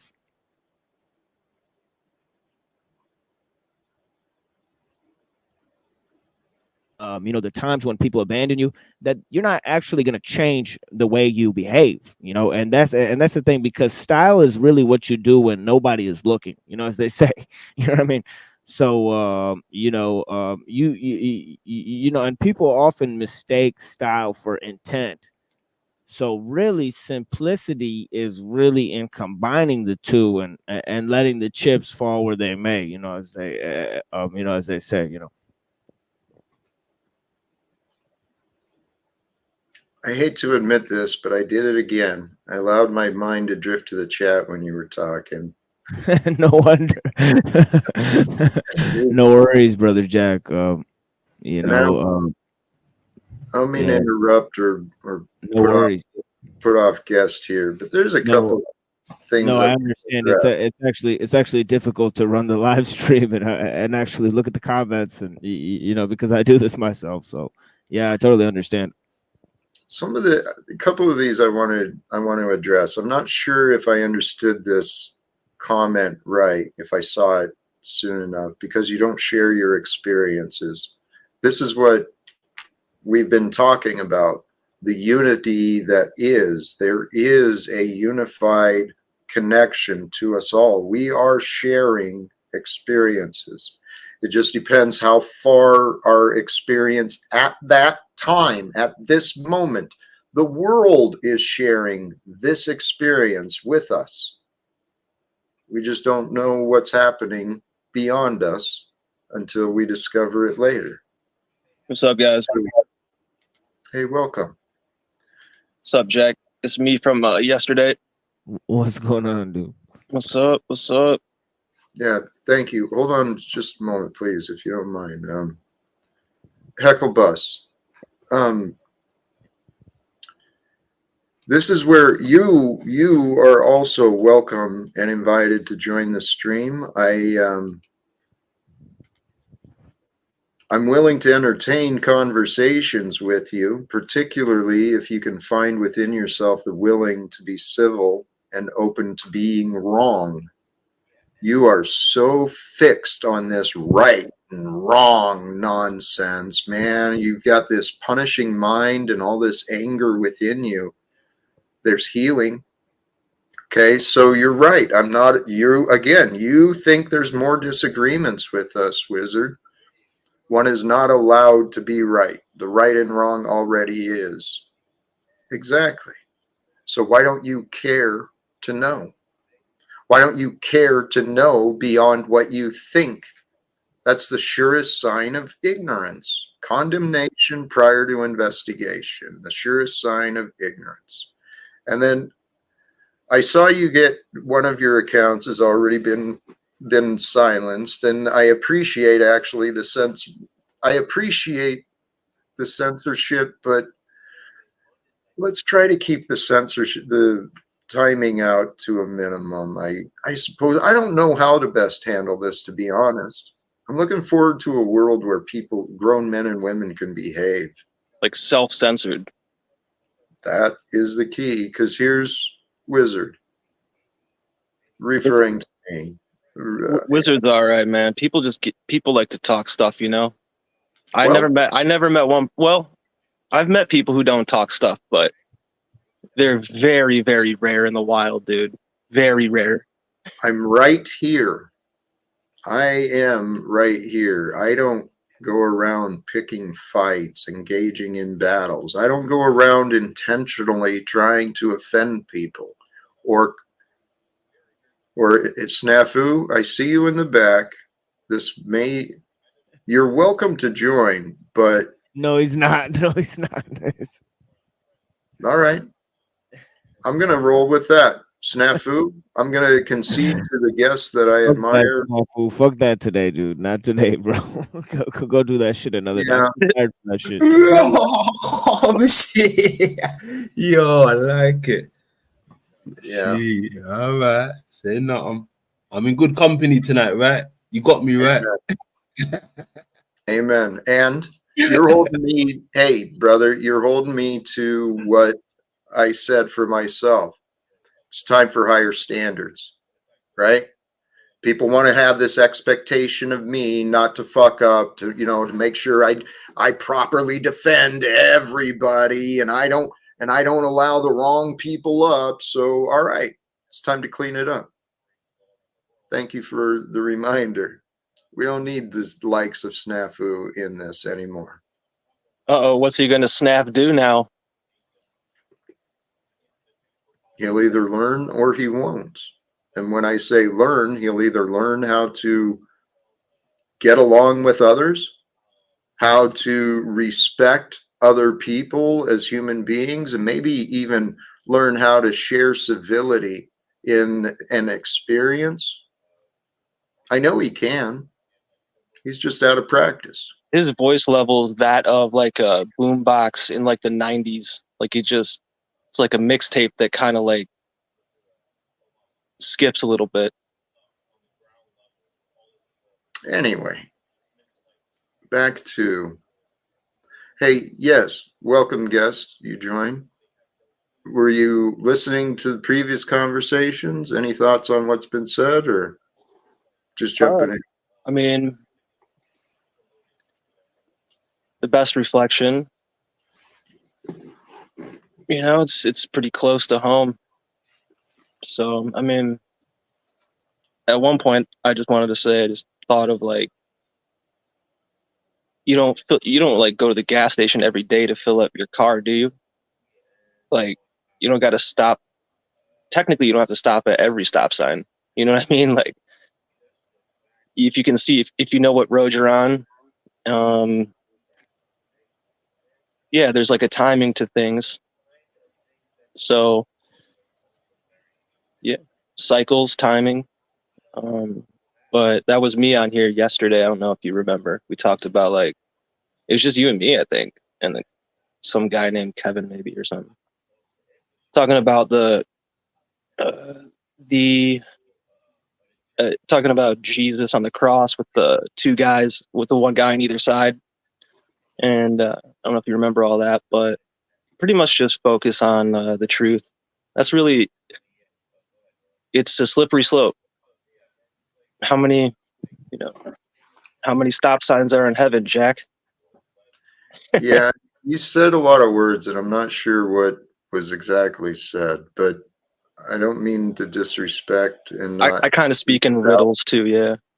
Well, as requested, El Perro has joined, and so please Respect. welcome, brother. You're muted, my friend. Thank you. How you doing, Jack? Feeling blessed, brother. Truly am. Good, me too. I'd like to start out with one little simple concept, guys. The thing about the name calling, this is one of the things I've learned about in the courts. It's what the entire system is designed to use to disposition you from truth, from reason and logic. So when Cynthia wants to get all butthurt because somebody calls her a name and then wants to censor, like you mentioned earlier, censorship gets out of hand. The only reason anybody censors anybody here lately is because they feel offended because they call them a name or something. It's not because anybody's lied or anything like that. It's because they get in their feelers. Hold on. I'm just going to finish up real quick. And when they get caught in their feelers, they're unable to use reason and logic. This is one of the things I learned a long time ago. And whether I'm calling you a name or not, I'm still in my reason and logic because I know that concept. So, Jack, I promise not to call you names anymore. I will call you Jack from now on. If you would please me, would call me Keith. Thank you. Respect. I appreciate that. Here's something I want to press back though on is words that if someone gets hurt by words, then that's their problem. That's a bunch of nonsense. That's a partial truth that keeps people righteous and justified in their egoic indignation, and it's not healthy. You mind if I tell you And I agree. And why you say it's a partial truth, I want everybody to realize that also means it's a partial lie. Pay attention. Yes, thank you. So it's 50-50, the sender and the receiver. And Well, you know what? The best advice I ever got, dude, for words is from a 90-year-old retired NASA scientist guy.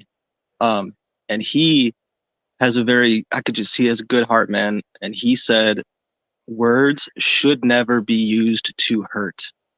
And that's from the sender side. And the receiver side, you know, maybe there's got to be some little 1-2 system that's kind of easy to figure out. It's always starts kind of with respect across the board. right. There is an ownership to the words we offer each other.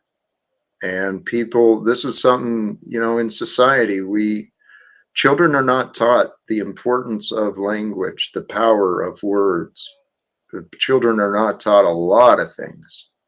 But a lot of these things are covered in the Bible, in Scripture.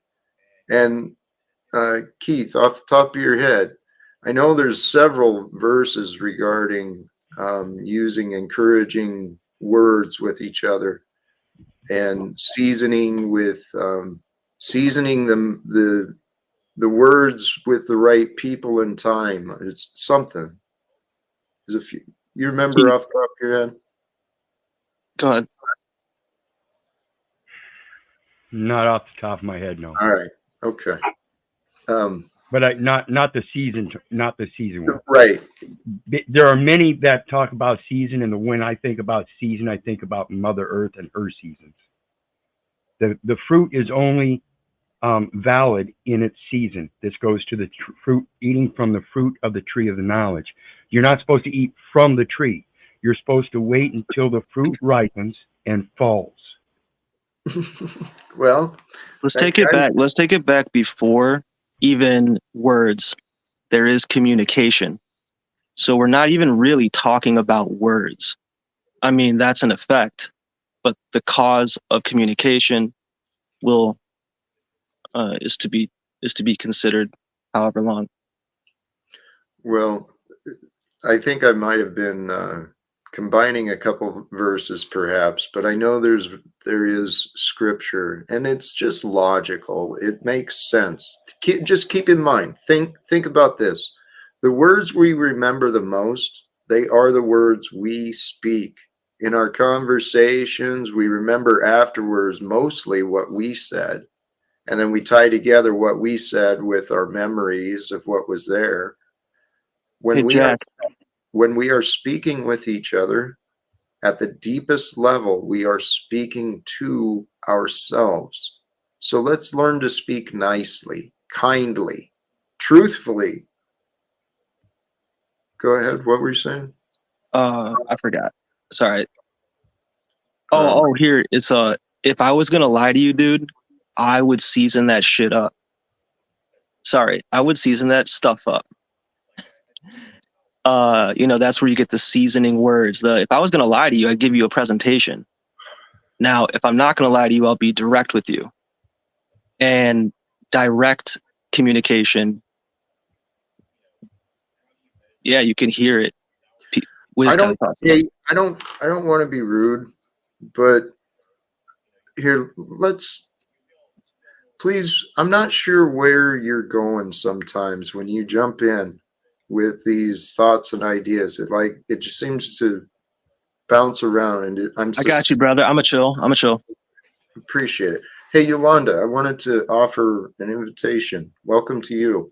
Thank you. How are you doing tonight, Jack? I am feeling blessed, and the energies has been I've had fun and very enjoyable, I think. How about you? I'm doing well. I did a little tiny live earlier today, and I had actually put something in my live that pertains to you. I didn't directly say that in my live, but I did a small little video on Kundalini, and I wanted to put this out there because we all share the same chats and platforms and stuff like that. And I think that it's important to understand. It says that it's about a book, and it's called Kundalini and the Sacred Fire of All Religions, and the basis of becoming an angel or a devil. And I'm trying to understand what Kundalini even is. And there is Kundalini is the positive, and something called Kunda buffer is the negative. And the Kunda buffer is a place of where you've got a lot of the anger. Um, it's where the basis of what we think a devil would be, or a demon. And so I actually came up because I'm confused with. I truly I'm confused at some of El Perro's Keith's behavior. I I understand that these guys are very clever at learning the tactics behind the digital experiences, snafu snaps is always referring to. But at what point does one continue to come up here and use scripture as a teaching, and then have all of these counts to come over here and use these negative words at you over and over and over again, stream after stream after stream after stream, and expect that for you to have a learning lesson and be blessed by those words? I'm really confused about that. Can I give Jack kudos one more time? Jack is one of the strongest motherfuckers I've ever met, in case you didn't understand this. He's still sitting on his fucking panel with a goddamn smile on his face. What could be more indicative of Christ, you ignorant motherfuckers? Please. With love, we say that, with love. Okay, Keith, see, that's the It's same called energy flipping the tables. It's called flipping the tables. Don't you understand? Jesus did that in love for his people. I see Jack emulating the same damn thing. I see the care in his heart. I see a misconstruction of his message, either by him or by others. But the definite thing is he cares, and he cares deeply. What the fuck don't you see? brother, you are describing you. Thank you for seeing that. Okay? Those words, my friend, those words are you. You shine. And just Here. because we don't get along and agree doesn't mean either one of us is wrong. Well, Sometimes I'd like to actually respond to that, Jack, because this is exactly the same behavior I received from his daddy. You know, they get so upset when I ask these questions, and it's just a question. I'm not trying to make anybody upset or angry. I'm really curious as behind the tactics of that. And another question that I have for you, Keith, is one of your sock accounts Jesus? Is that one of your sock accounts, or is that someone else? No, it is not. No, it is not. Okay, I was just See, that's curious. the problem. See, that's part of the thing. With those 18 sock accounts, let me explain an author's guild for you. An author's guild uses multiple authors to write a story. That way they all come in as a witness to the story. So my 18 socks accounts is for my witness, okay? And then when it comes to, what is it? Somebody said down here, what is it? Where did it go? There it is. I said earlier, Jack is not a good man. That's damn right, and I stand by it. Jack, you're not a good man. Machine Lies, you're not a good man. London, you're not a good man. I'm not a good man, because as far as I know, we're motherfucking living souls. I'll tell everybody right now, I'm a bad motherfucker. I'm just kidding. But I don't know what kind of a Kundalini spell Yolanda put on these two guys, but they love each other now. I've been trying to get these guys to get along for a very long time. And I'll reiterate real quick here, Jack. Again, when it's these kind of relationships that are mended that create the best relationships, where neither one of us will ever turn our backs on each other again. Do you think I've had any of those relationships in my life? No. Only one. Yeah, I believe Only that. one. And everybody else in my life has turned their back on me, including the people that adopted me and raised me, and then looked at me and said, Keith, the police are your authority. Not a one of them will see the God in each one of us, the child of God in each one of us. I see that in all of us, and I just want each one of us to step up to that. Okay. Quit being a man. Hey, please. Hey, you got fired up there. Thank you. All right. I love you. Let's take a breath. Join us in the moment, okay? Because let's make sure we don't call it cupcaking. And let's make sure we don't call it cupcaking. Because I ain't up here to cupcake. I'm up here to put the truth out. That's it. Yep. I know. You're showing. I'll meet you in the middle. You're showing the truth. And Yolanda, your observations, your questions. Thank you. You're asking the right questions. And yeah, I'm just curious because in my personal life, that has never worked out for me when I criticize or put somebody on the spot. It just doesn't work for me. So that's why I was curious why those guys do it this way. That's all. Please, and I'm sorry to interrupt. What I do know is what Wizard just said, man. He's had a tough life. And to keep himself from getting hurt, he's created a habit of being rough and tough, and that pushes people away. And there's been a lot of people who have abandoned him. And I wouldn't be surprised if Paul has, Paul and him, they've got a lot of connections and similarities. So I see underlying trauma. I hear it in the stories. We wouldn't hear the stories if there wasn't. I think that Keith always has a lot to offer in his experiences when he comes up here and he converses with people. Yes.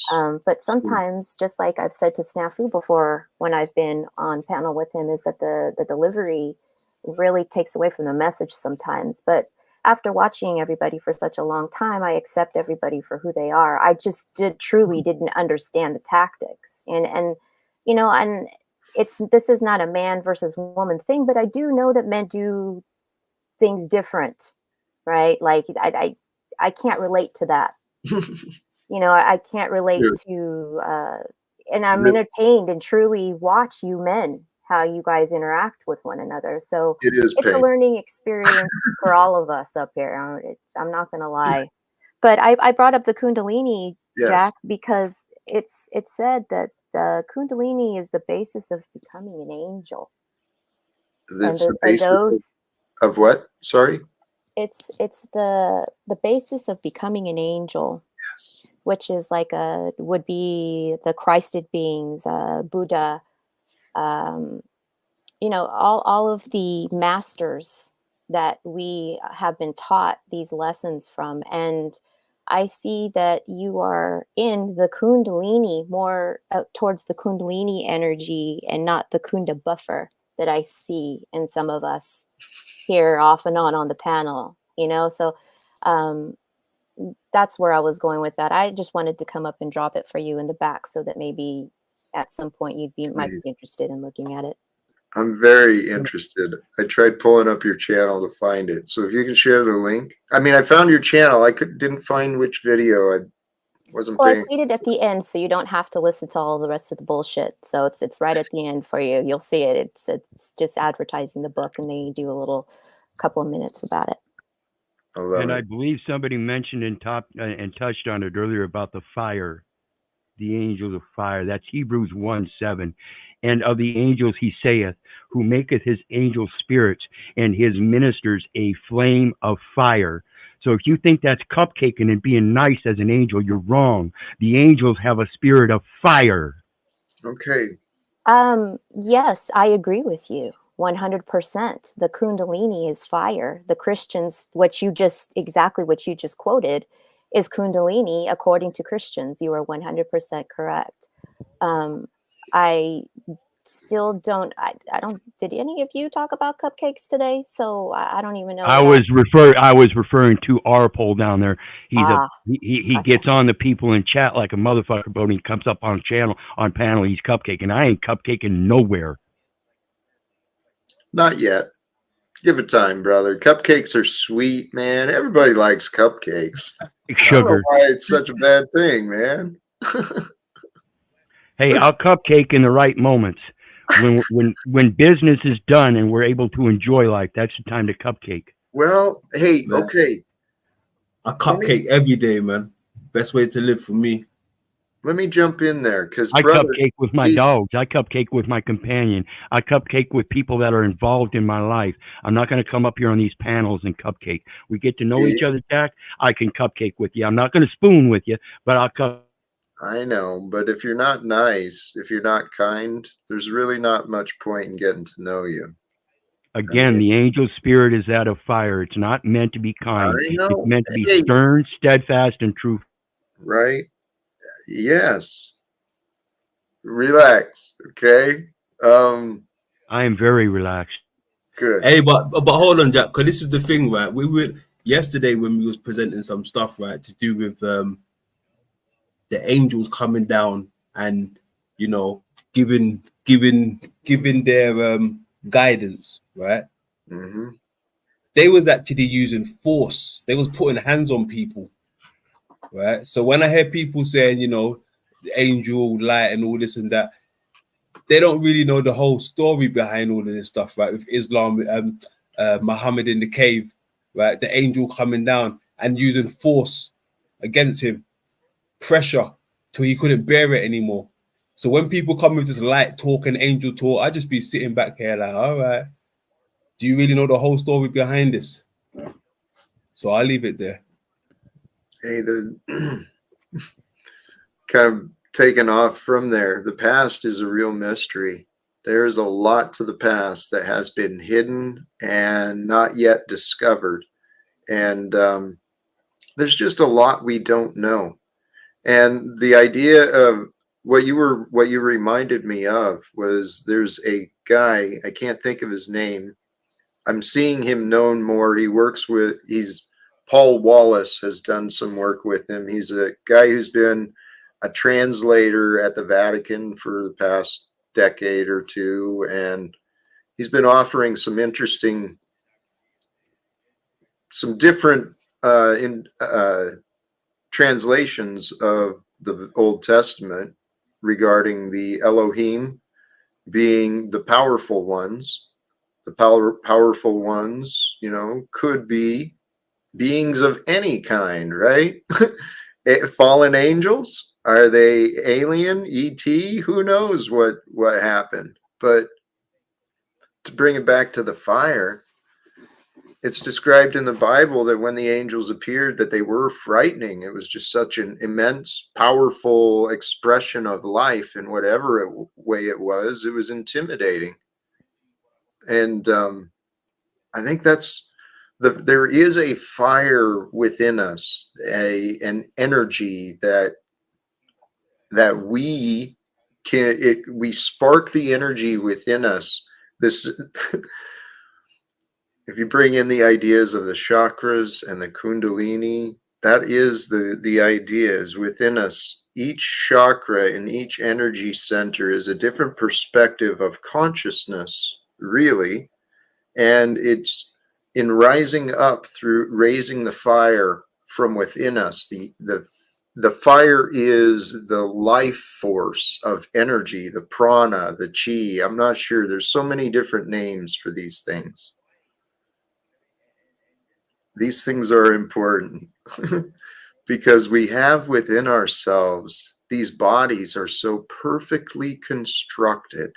And I keep learning more and more the synchronicities between our biology and the moon, the way the moon and our birth month, there's like connections to everything. And here within us, though, there is an essence, a spirit of nature that's of life. And we want to capture that with the money, the outside stuff, none of that matters. What really matters is the life within you, that fire. Choose the fire that consumes you. We get consumed by thoughts and desires. I'm kind of twisting, I'm really running with that fire analogy, but I should stop there.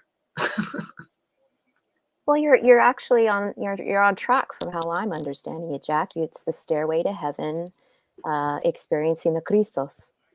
Yeah, it goes. Yeah, it kind of goes with what Yolanda was saying earlier about like that lower, like the anger and love being linked, or something like that. And it's kind of like how whether you're in a fight or a or making love with somebody. I mean, you don't necessarily plan the next move out. You got to kind of go with the flow of things. I mean, you have to improvise, to a certain extent. You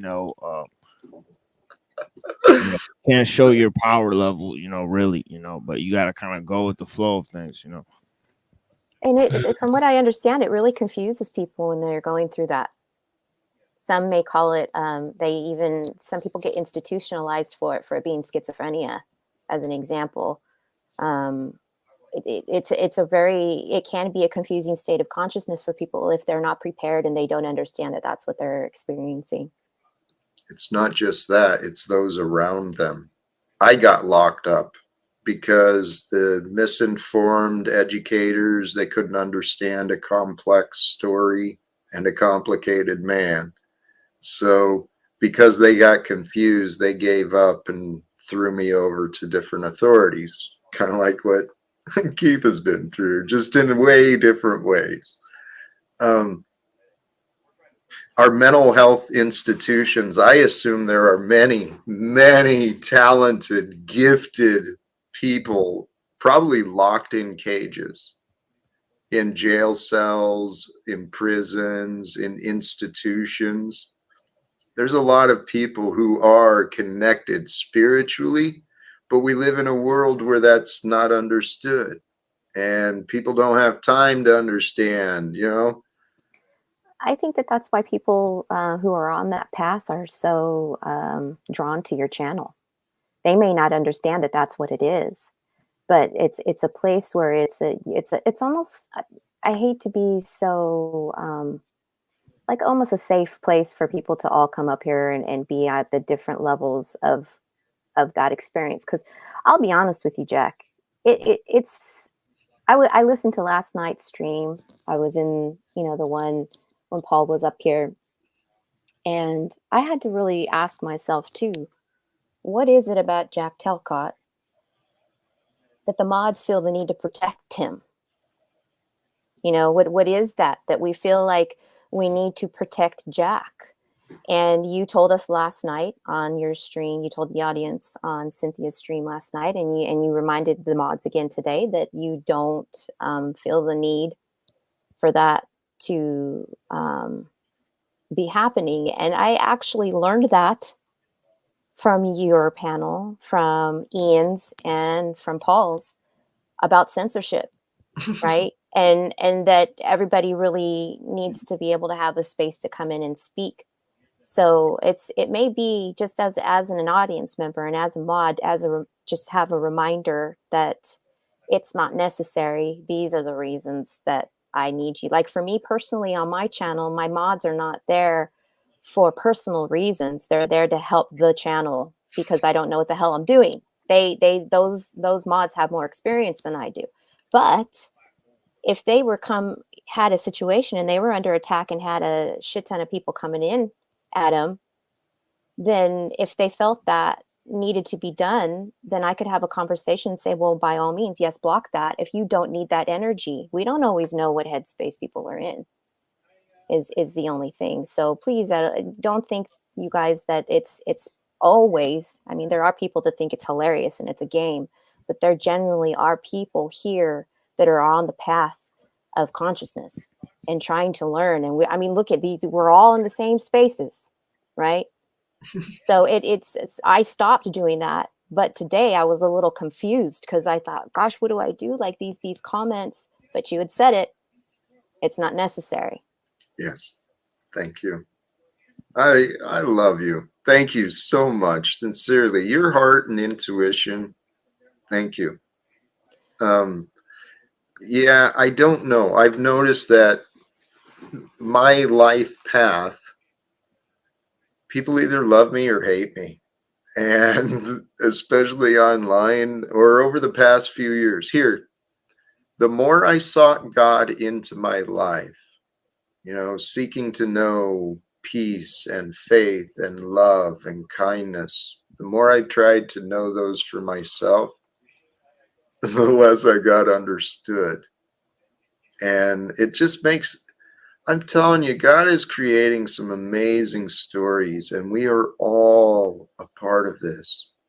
We're a part of something far greater than we have, far greater than what we have imagined. I can assure you. I've got a pretty big imagination. I believe some pretty unbelievable things, even things I can't prove. But for the most part, I'm confident because everything I've experienced, I'm telling you, my personal experience, when I finally turned to the Bible, and that was one of the last places I went to try and understand God. But when I went to the Bible, and here's how I found myself to the Bible. I didn't want to read the book. I actually just wanted to talk to people who understood. So I tried meeting pastors around town, trying to talk to other people who were educated. And when I was telling them my experience, the pastors were like, "Oh, go read this book. I'll go read this book." And then when I go read the book, I'm like, "Well, that's the same thing I was saying, just different words." So I'm living this experience that they're talking about. Absolutely, Jack, and that's the problem that I've had all my life. Like I said, I went through foster care, and every last foster care, it must have been, I don't know the exact count, 15 to 20 of them, I'm sure, moving every 3 to 4, 6 months. And each one of them, I was subjected to a different type of religion, all being Christian, of course, and each one taught the same concept through different scriptures, but they all say basically the same thing. The problem is the people at that pulpit are trying to interpret for everybody else, and then everybody takes that interpretation instead of discerning it with their own ears and eyes according to their own life. You cannot take third-hand bullshit and believe it. Though he may be speaking his truth on that pulpit, like I'm speaking my truth here, I've said many times, my truth is not your truth is not my truth. They are objective and subjective. We have to learn that difference.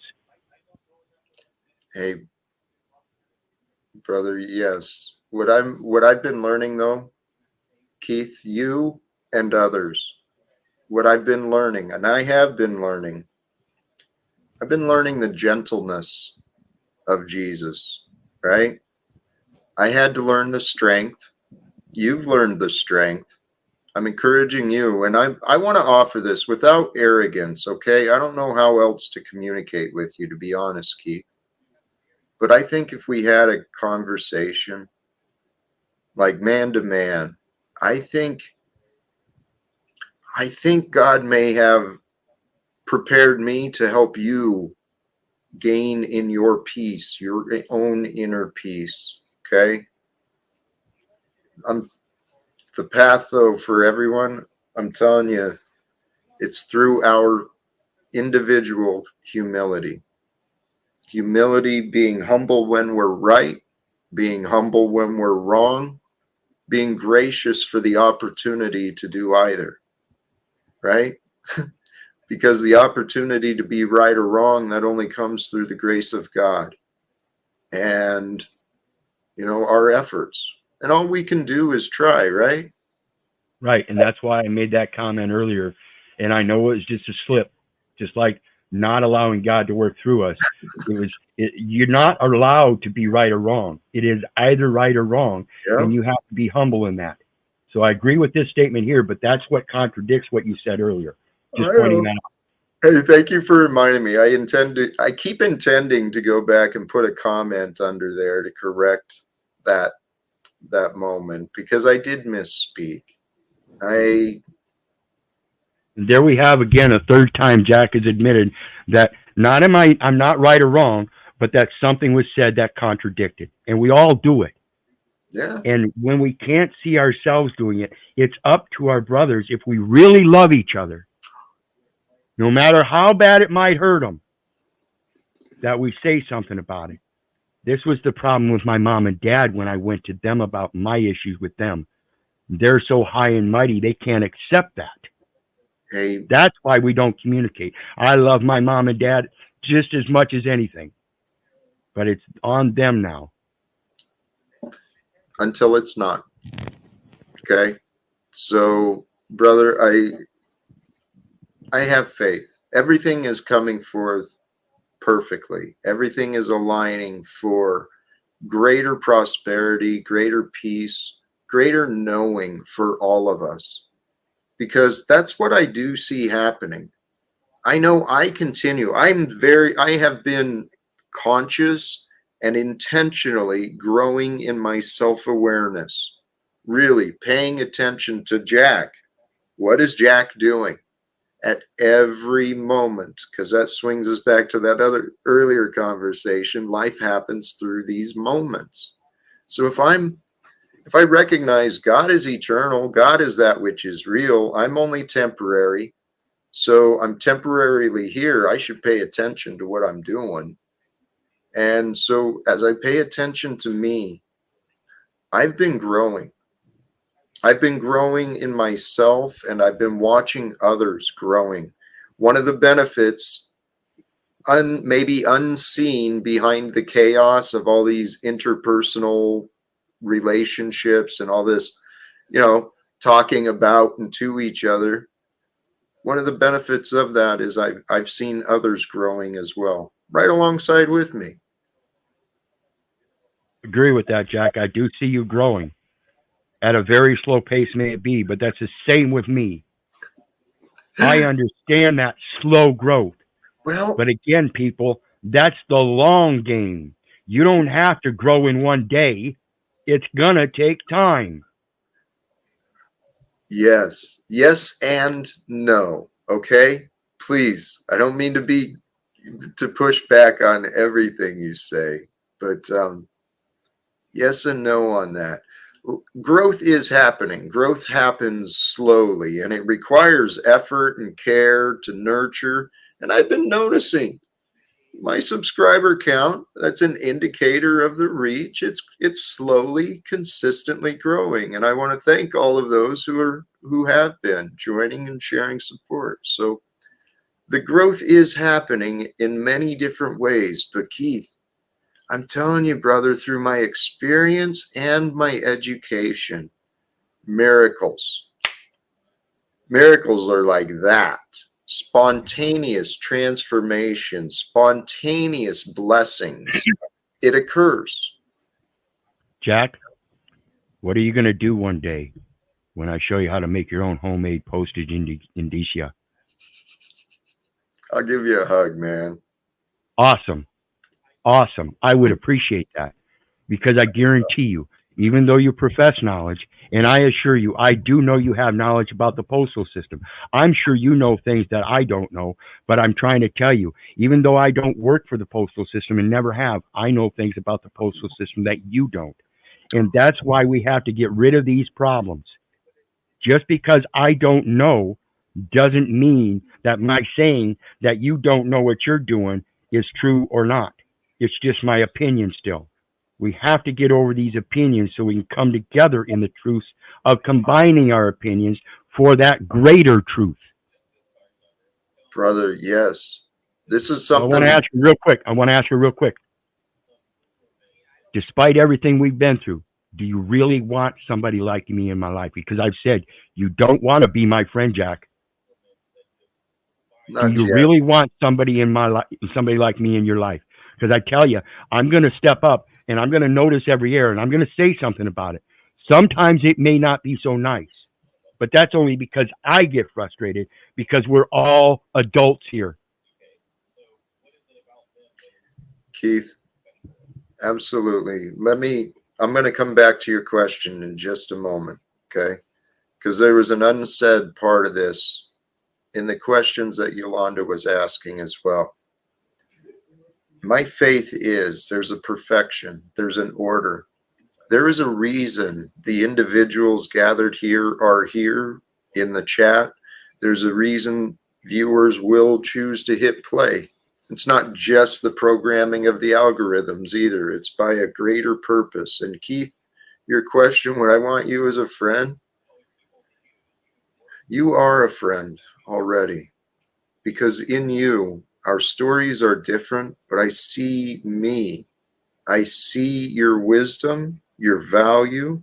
I know that if you, just like me, if you're my friend and, shit hits the fan, the other side better watch out, whoever the other side is, right?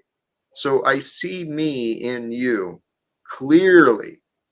And I tell you what, brother, when you see me as you, man, this world doesn't know what's about to happen. Because I was just sitting here thinking, if I can, not to put you off. Here, go ahead. I do see me in you. I do see you in me. I used to be that narcissistic little motherfucker. I've gone beyond that and realized there's so much more out there for me to learn, so much more out there for me to observe, so much out there for me to hear. And so much for you to share too. Okay. And it's going to be easier for you to share in this world, to be honest, when you're not so damn rough around the edges, pushing everybody away. It'll be easier for you and them to learn from you because you've got a lot to offer.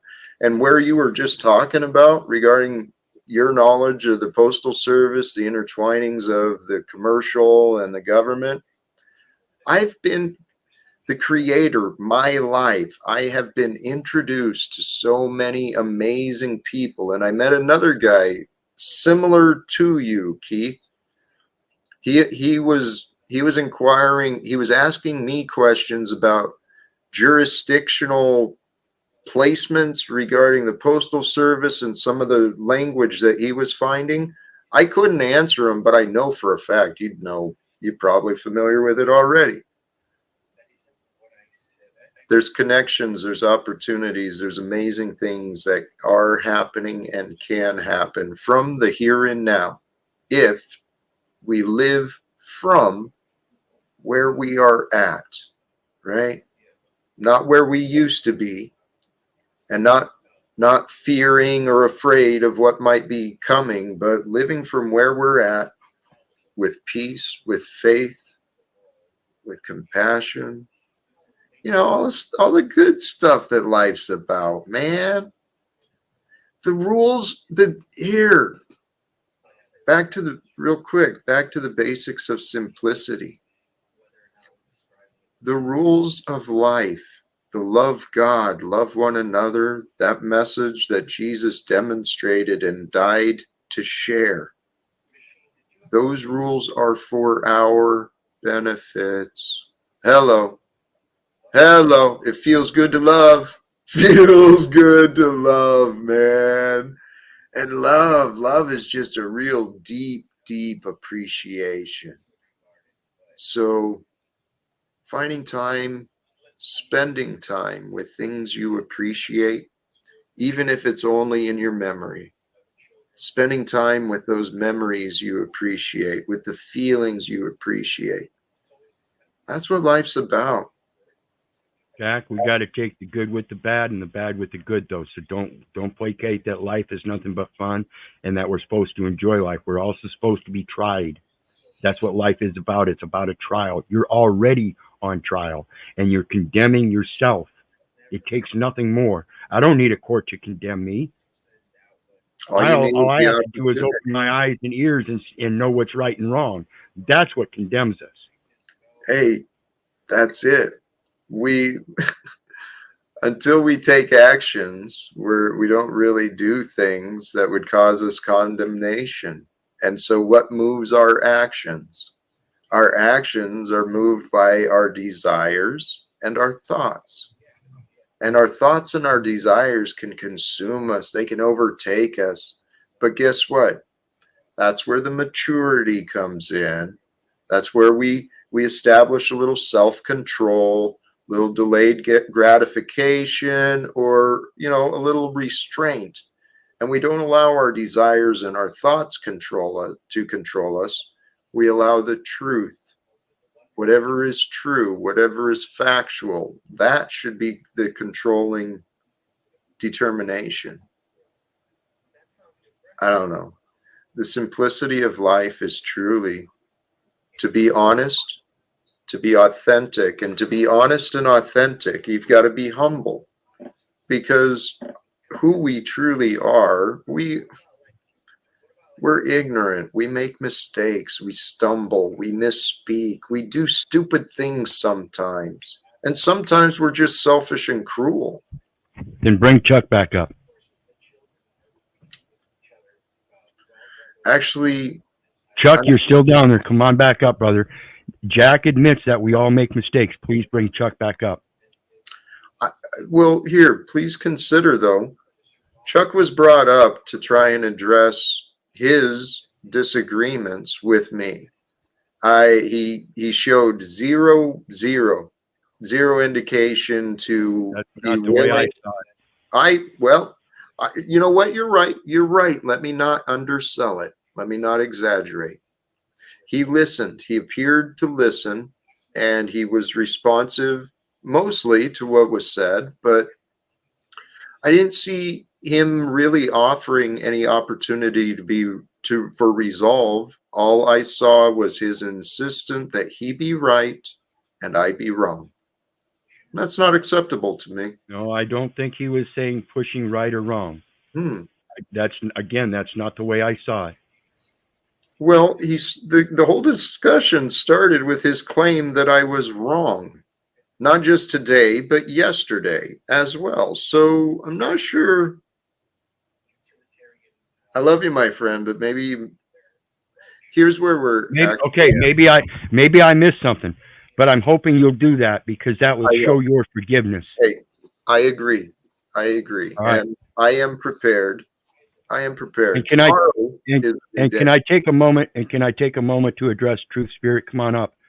Jack, tell Keith to fuck off. This is your show. Don't be OTW. So we've got another one that professes to be a truth spirit, but wants to sit there and disassociate us while we're trying to be what you said, friends. It's the world we live in. It can frustrate us.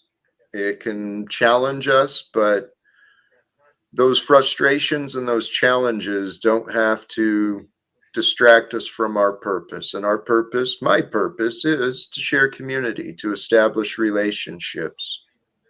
That's what I want to achieve. Jack, I'd like to just point out for a moment that was something that I had said to you in Cynthia's chat last night, was to have grace and humility with some of your audience. Chuck and you have shared panels so many times with one another, and I mean, you guys have always butted heads ever since I've seen it. But may I also remind you that you've made an example of walking the path. And if you're able to rise above the pettiness or the silliness or the sarcasm, those things are just stronger points for you to teach the rest of everybody else that if Jack isn't going to be bothered by this nonsense, then, slowly but surely it'll stop, right? I think that it's very hard for all of us to have any type of corrective criticism in our lives. I myself went through that really, really hard, and I was an asshole myself. And my story was tough, but I'm in the now. I healed myself from the then because I'm in the now. So I'm going to jump down and just leave that as my final thoughts with you tonight. That that seems to be Jack Talcott's mantra, is to live in the now. So when you're getting pissed off, just remember, Jack, don't allow yourself to get too stuck in the past and to live in the now.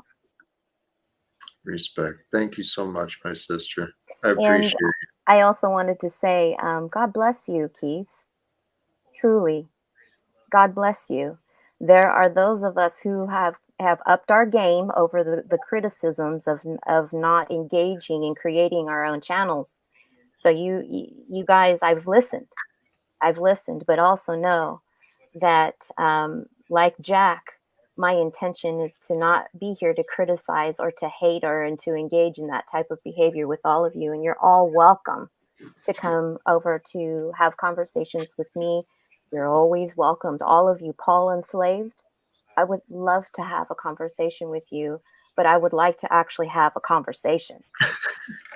You know, Thank you, sister. you're All welcome. glory goes to him. And I listened to his message, and it's stated in many different ways.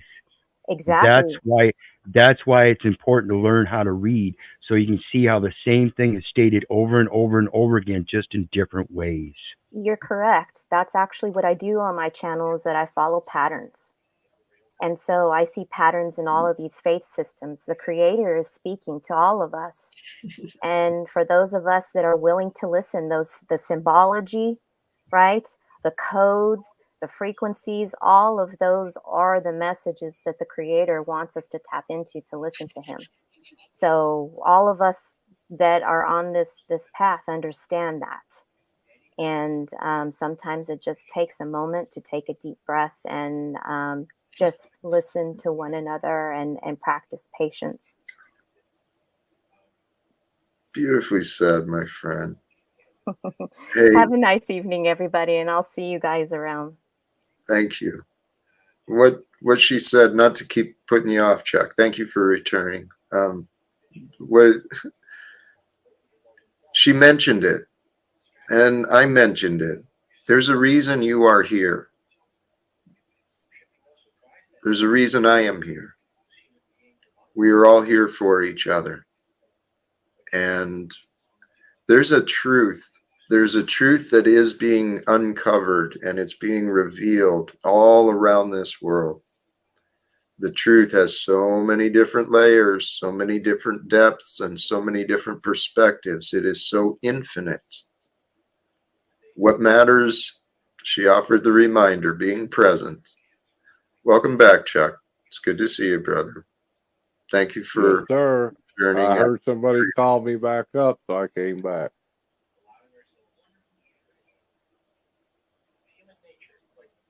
You know what I just really had bothered me? You know what really bothered me about Jack? You want to know, Jack, or Share not? whatever you wish to share, Chuck. Is when me and you were having a conversation one time, and you were talking about saving the world. And I said, how about going down to the local AA club and trying to help another alcoholic? And you told me, fuck that single alcoholic. I want to save the world. And so what And does that mean to you, Chuck? exactly what it sounded like. And what did it That sound you like to you? that you wanted to be some sort of guru of a massive movement to change the world, as opposed to reaching out and helping one single person at a time. And I don't mean that disrespectfully, so don't go getting mad at me. I don't have the best sounding voice or the best etiquette. I'm saying it's the best that I can. I'm just talking from one alcoholic to another, if you understand what I mean. I know, Chuck, that's what you keep repeating, and that's what you keep seeing, and you're bringing back a memory again. So here, what would be the problem for a man who believes he has the opportunity to influence the world? What would be the problem of him focusing on greater opportunities, greater reach, as opposed to sitting in a room with a single man, to be a comforter and a crutch for a single person. And let's not also overlook the fact that I have been to the rooms, Chuck. So you're playing this stupid game with your accusations, saying No, there's no. why aren't you doing this instead of this?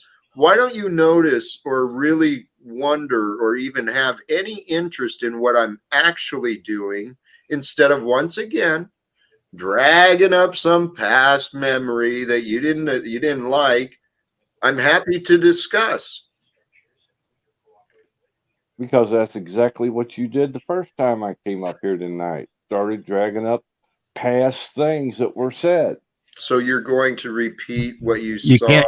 So No, Yeah, I am not you can't. Hold repeating. on, Chuck. Hold on, Chuck. You can't do that. Okay. It was your comment. It was your comment in chat that started it. You're the one that brought it up. He only responded to it. My comment was not derogatory towards Jack. I understand that, but you're the one that brought it up. You're the one that brought up something from the past. Take heel of it and hold it. It's you that did it. I understand that it might be upsetting, but you're the one that actually brought the topic up in chat. He would never have responded if you hadn't brought it up. This is Well, an he important brought it. He This- brought this- it up at the this beginning of is his an important monologue. point. This is an important point because if you guys remember, Jack and I didn't start off on good terms, but I haven't brought that back up but once since.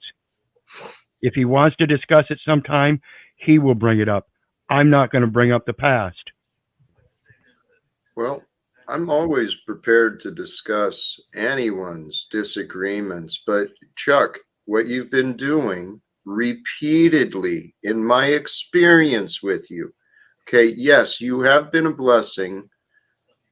Here, I don't want to be rude and leave her in the back. I want to welcome Cynthia, but if I can finish, please. And at the same time, Jack, please, this is about criticism. It's not about being rude. If you could respond to Jack without the rudeness you're saying, that would be greatly appreciated. I'm sure by everybody, but especially by me. That's a part of the growth I'm looking for, Jack. Yes, and I'm trying to use words that are not insulting. I'm trying to be encouraging in my words. And here's my honest truth. I know that everyone can do better. But for the life of me, it seems like I can't be good enough for anybody. It's fucking crazy. Because everyone, with few exceptions, the majority of people I've met and interacted, they spend time with me so that, and I'm pointing at Chuck, so that they can make me look bad. Not to help me look good. I don't think done anything to help me look good. Not that I can help. Again, I have to disagree with that, Jack. I don't think that was his intent. I know. I know it's not his intent. Then don't say that's his intent, because that's basically what you said in different words. Okay. All right. See, here is a fine line. I've been trying to figure this out. Okay. How do you offer correction without people feeling attacked? Okay. Because a correction, when someone is wrong, they're wrong. And Chuck has been wrong about many of the things he said, the way he's been representing himself and me. It's like, what in the hell, dude? And I think that's part of the problem is everybody thinks it's an attack. Criticism is not an attack. Criticism oftentimes is to help bring your brother up. If I'm standing in a line of 10 people and I see my brother breaking the line and causing a failure, I'm going to have to say something to that brother, not to put him down and off of the line, but to bring him back into the line so we can all stand sturdy. That's the weak link. The chain is only as strong as the weakest link. So if you want to remain strong yourself, you have to bring strength to the others. Yeah. And I know you can do that. I know you can do that, Jack. Actually, you know what? I'm sorry. Yes, my mind went to this. This is an obvious truth. Apologies do help move relationships, right?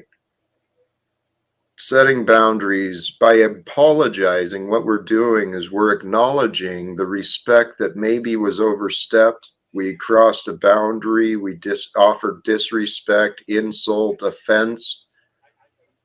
Apologies are helpful, but it requires more than just the empty words. And I've received a lot of empty words. People just seem to lie and not even care that they're lying. It's like, holy shit. That's the only reason I'm back, Jack. I know. I told you, and I've said it many times. If we can get through this, then we will be one of the tightest relationships you can have. I don't want to miss out on that. But at the same time, like I said, I'm not going to cupcake with you, Jack. That's why I say you really don't want to be my friend, because I will grab you by your heel and drag you around until you get it. Hey, that's fine, but you better just make sure you're right. You better make sure the facts reflect the truth. My mom used to tell me, Keith, you always think you got to be right. And I had to tell her, no, it's not that I think I always got to be right. It's just that when I say something, I don't want to sound like a fucking idiot like 99% of the other people. Hey, let me swing back to Cynthia. Welcome. Yes. Yes, welcome, Cynthia, and thanks for inviting me up. Sure. Hey, Jack, how are you? I heard you. I've been watching the whole stream. Thank you. We've had a busy week, haven't we? It's been an interesting one, right? Lots of developments every day. This really is this live streaming. Dude, this is reality TV coming out, man. This is modern day free, mostly free soap operas. This is entertainment and education all rolled into one. Indeed. It's been an interesting week. It has. It feels like it's been a long week, but it's only been a short amount of time. Not even a week, I think. I don't know. A lot happens. I acknowledged, and sincerely, I intended no disrespect. None was taken. I didn't think so. And I appreciate you sincerely. Indeed. One correction though, okay? You allowed yourself you allowed me excuses because of the state you saw me in. Absolutely. And I respect and I appreciate that, but I don't want to be handled with kid gloves. I mean, I like to think I'm pretty reasonable, and that when things are presented factually, I'm pretty open. What has been witnessed, though, what I feel, what I see, have seen, experienced is egoic confusion. People, grown adults, acting like children, running around throwing insults at each other and playing these games of "I'm better than you." It's like, okay, whatever. Can we grow up and have some conversations like adults? Indeed. Well, I wanted to come up because I really wanted to talk to you, Jack. And this is, like we were just discussing, this has been a very chaotic week. I think we both learned about a lot about each other, about the metaverse, and about ourselves. And I'm so thankful for all of those things, for all of these lessons. Some lessons are hard, some lessons are fun. We have talked about this numerous times before. But I had to sit back and ask. And when you told me, you don't need to be defended or you don't need to be handled with kid gloves, I have to ask myself, am I fighting it? And it's time to relinquish that. So I consider myself relinquished of being somebody that has to defend you or be there for you. And So is that why you're? So is that why you? Can I please finish? I wasn't done talking. I'm not even talking to you. Okay. Please. Okay. So I consider myself relinquished. And I say that not so much for you, but for myself. Earlier, I was on Jeff's panel and we were talking about how sometimes we don't have perspectives of other people. And we even feel guilty of that, but we're not even put in situations to have those perspectives until we're put in the situations to have those perspectives. I've been blessed with not only the perspective of you, but the perspective of other people, as well as Machine Lies on this panel. And I have learned some very valuable lessons that I will forever cherish and that will continue to stay in my bag. But I understand when a mission's over, and it's over. And I say that for you because I don't want you to think that it's out of anything else. But I must continue on my journey. Thank you. You're welcome. Hey, I think Pero had some stuff he wanted to say. Yeah, I will. I've also learned that birds of feathers flock together. That is something I never, and sometimes what I realized is voice. Voices can hypnotize you. And when I say voice, I can mean the pitch of the voice, even as the calmness of the tone, and even the words that are said. And it's very easy to get swept into that, but it's very, once you see you pay attention to the birds around them and you start to see what they truly are. And this is truly a lesson I couldn't have had without this experience. This isn't to say I'm never going to come over here and but I don't want it to be like, why isn't Cynthia? Because we all know how this panel verse will do. And this is what they do. And so I need to make it clear for you, and I need to make it clear for them. Jack is a grown man, as he said, and this is his journey. And just like this is my journey. No, I didn't break up with y'all. Y'all just can't expect me to see me over here fighting. Jeez. No, but don't worry, I'm still going to fight people. Believe me. Cynthia, hey, yeah. I have no doubt. And I want to honor you. I've been learning from you, as well as Machine Lies and many of these others. Lie. Y'all stop. Right. It's I know. Relationship. No, I'm talking to the chat. They're tripping. I know. Well, here's the point. I want to encourage you. Don't stand up for the man or the woman. Stand up for the truth. Absolutely. Only the truth matters. The only thing that matters is the truth.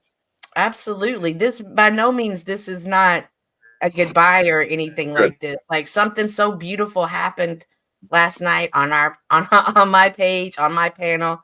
And it's it's only and truly in these moments. Today I was thinking, you can't pray to God and ask for doors to be open and then be afraid to walk through them because they look unfamiliar or because people who are with you aren't ready to come. And you have to understand, you got to say goodbye sometimes, and not goodbye in the sense, right? We're never, but goodbye in the sense like I sever my bond with you. Bye for now. Indeed. But I'm still going to be here all the time annoying people. And y'all don't get mad in the chat. If y'all are rude and I'm rude, don't nobody say nothing because y'all want this, which is bizarre to me. Y'all are whining that y'all don't get the opportunity to be cruel to people is insane to me. But let's play. Let's dance. Wizard, I know you're trying to say something. Please do it. Yeah, and so I'll let everybody know the timeline of the course of action here tonight was you invited me up after you kept timing my profiles out because I was insulting Jack. So you were fending for Jack and timing me out for it, then invited me up. And then when you finally came up, after I told you to come on up and let me hear what you have to say, you came up and said you were here to speak to Jack and not me. Okay. So you're a facetious liar. Wait, whoa, please. No, Jack, please. Well, it's okay. No. Please, this is my fight. This is with me, and I did. Cynthia, please, thank you. Okay. I want to prevent Keith. I want to prevent him from making a mistake. Jumping to. No, I'm done. No, I'm done. I stated the facts. Stated the facts, and I'm done. You started going. You can look in your chat. You can look in your chat. She's the one that said it. Understand. She invited me up. She timed me out on 3 different profiles, fending for you, and then came up and told you she was up here to talk to you. After I told her you invited me up, why don't you come up so I can hear what you have to say? She came up because of me, not because of you. Yes. Okay. I was actually planning to come at the very end because I didn't want to turn it into something like this. Because at the beginning of the chat, let me just stop right here. Because when I listen to a content creator, I listen. And at the beginning, he was stating that he's trying to take control back. So rather than come up here, whether I understand it or not, I have a magnetic personality. So rather than disrupt the conversation, I was gonna come up on at the end. But because you called me up, I have no problem stepping up when I get called up. So here I am. I have no problems ever confronting anybody that has an issue with me, and I can do it respectfully. I appreciate everything you said, but it means absolutely nothing to me. Well, that's Yesterday, the point. You said you have no problem confronting people, yet you won't confront them in Okay, chat. You block them and time them out. Stop, please. The so arguments is yesterday, not helpful. when I was having issues with another person, another subscriber, which is Bex, and I was hunting and I was angry and I wanted to just retaliate against her, someone said to me in the chat, "Why are you fighting with Rain Man?" And I had to stop and ask myself, why am I doing this? You fall into those exact same lines. And I'm not saying it to be malicious or disrespectful. I'm just saying that's the category you're in. You are free to think whatever you want to think about me, Wizard, Keith, Hexbucks, whatever you want to go by, and that's okay with you. Me, it has nothing to do with me. Hey, yes. I'm not saying that you're retarded, Wizard, but you're retarded. No.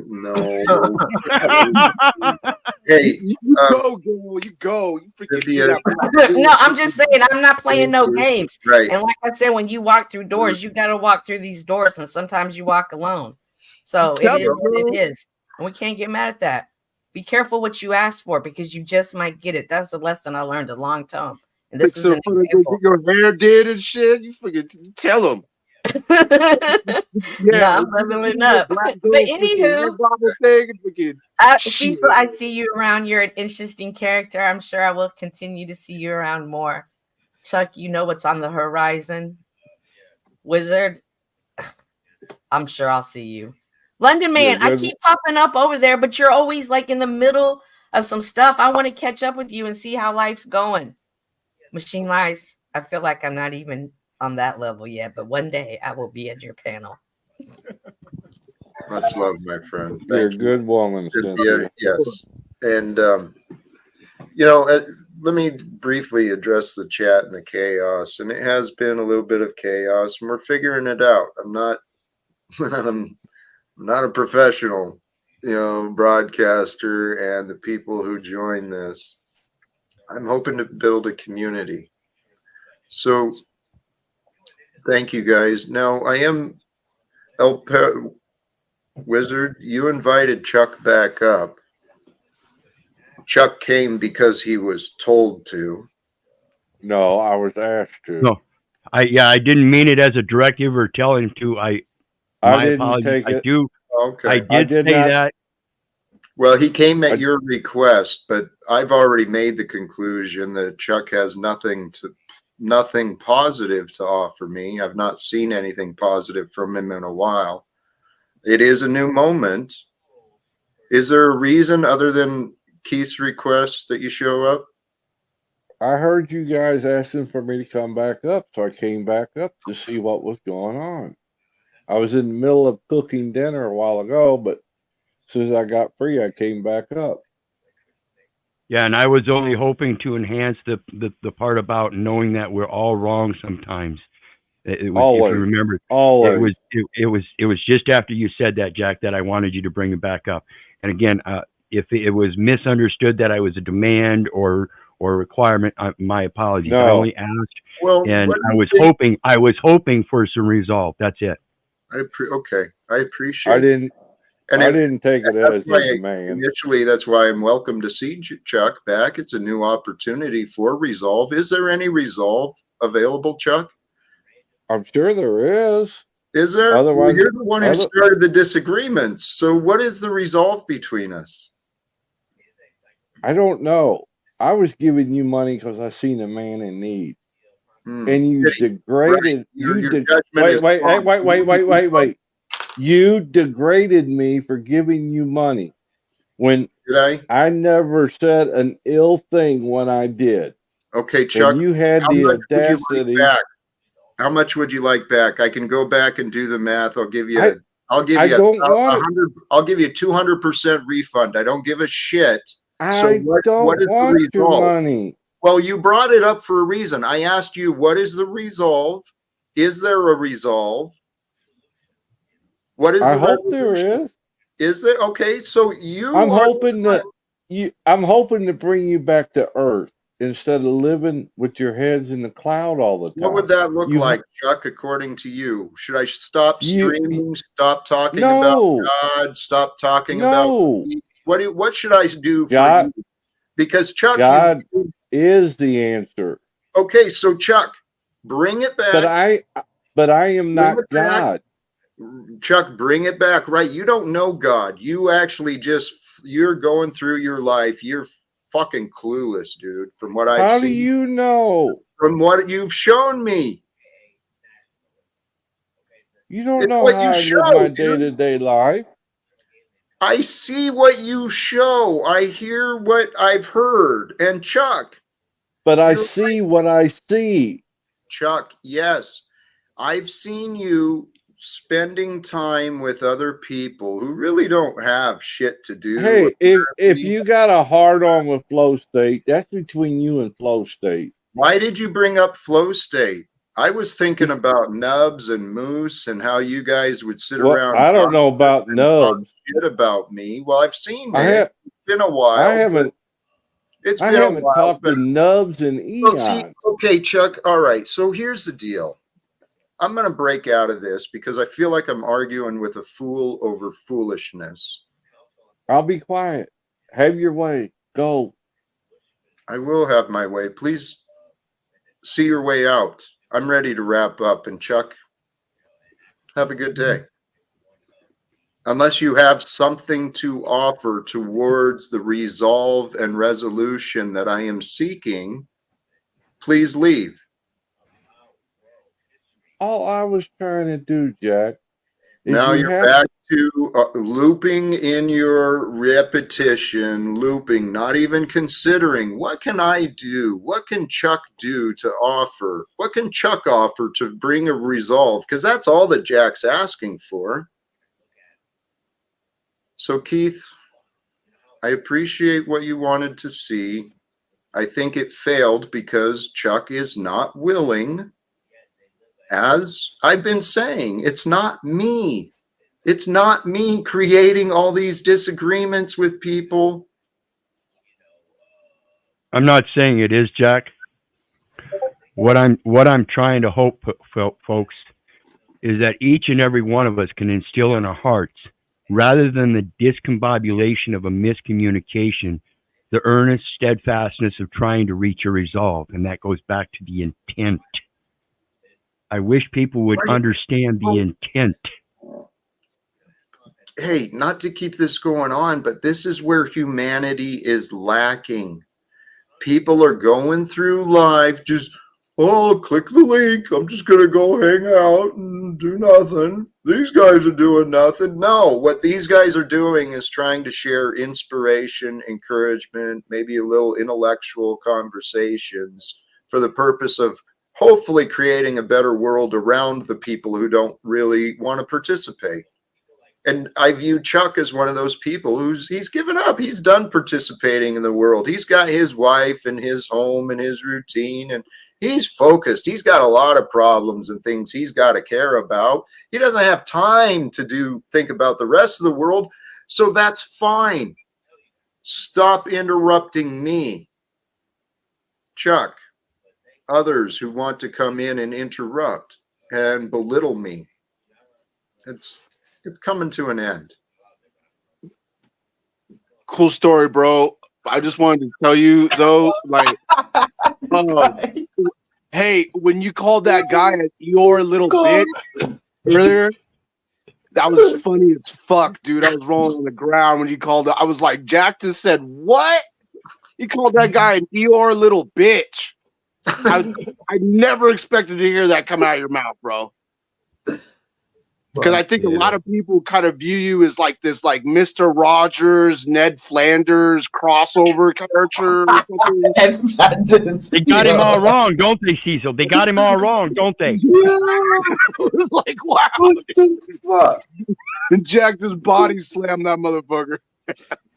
You know, Cecil, thank you for enjoying. It's not something I'm proud of, insulting other people, but I said this earlier, I'm a man who has been underestimated in many different ways.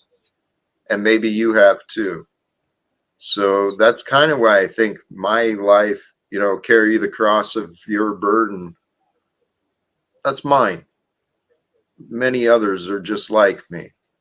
We get misunderstood. We get rejected. We try real hard, right? But we keep learning and growing. And when we make mistakes, we grow from them. Sometimes, though, there's something to hey, guys, I'm not going to apologize for calling Chuck and whatever it was because it was accurate. And I stand on the truth.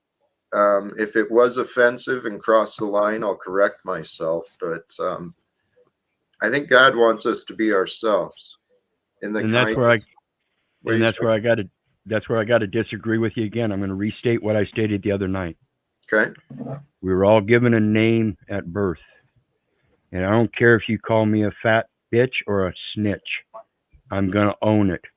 The difference is, I'm going to tell you, the only one I snitch to is my Father which art in heaven. So to me, it doesn't matter. And this is just a matter of difference of opinions, Jack. I'm not saying you're wrong. I'm just saying I have an opposing view or a different view in that the names don't bother me because I know who I am and where I come from.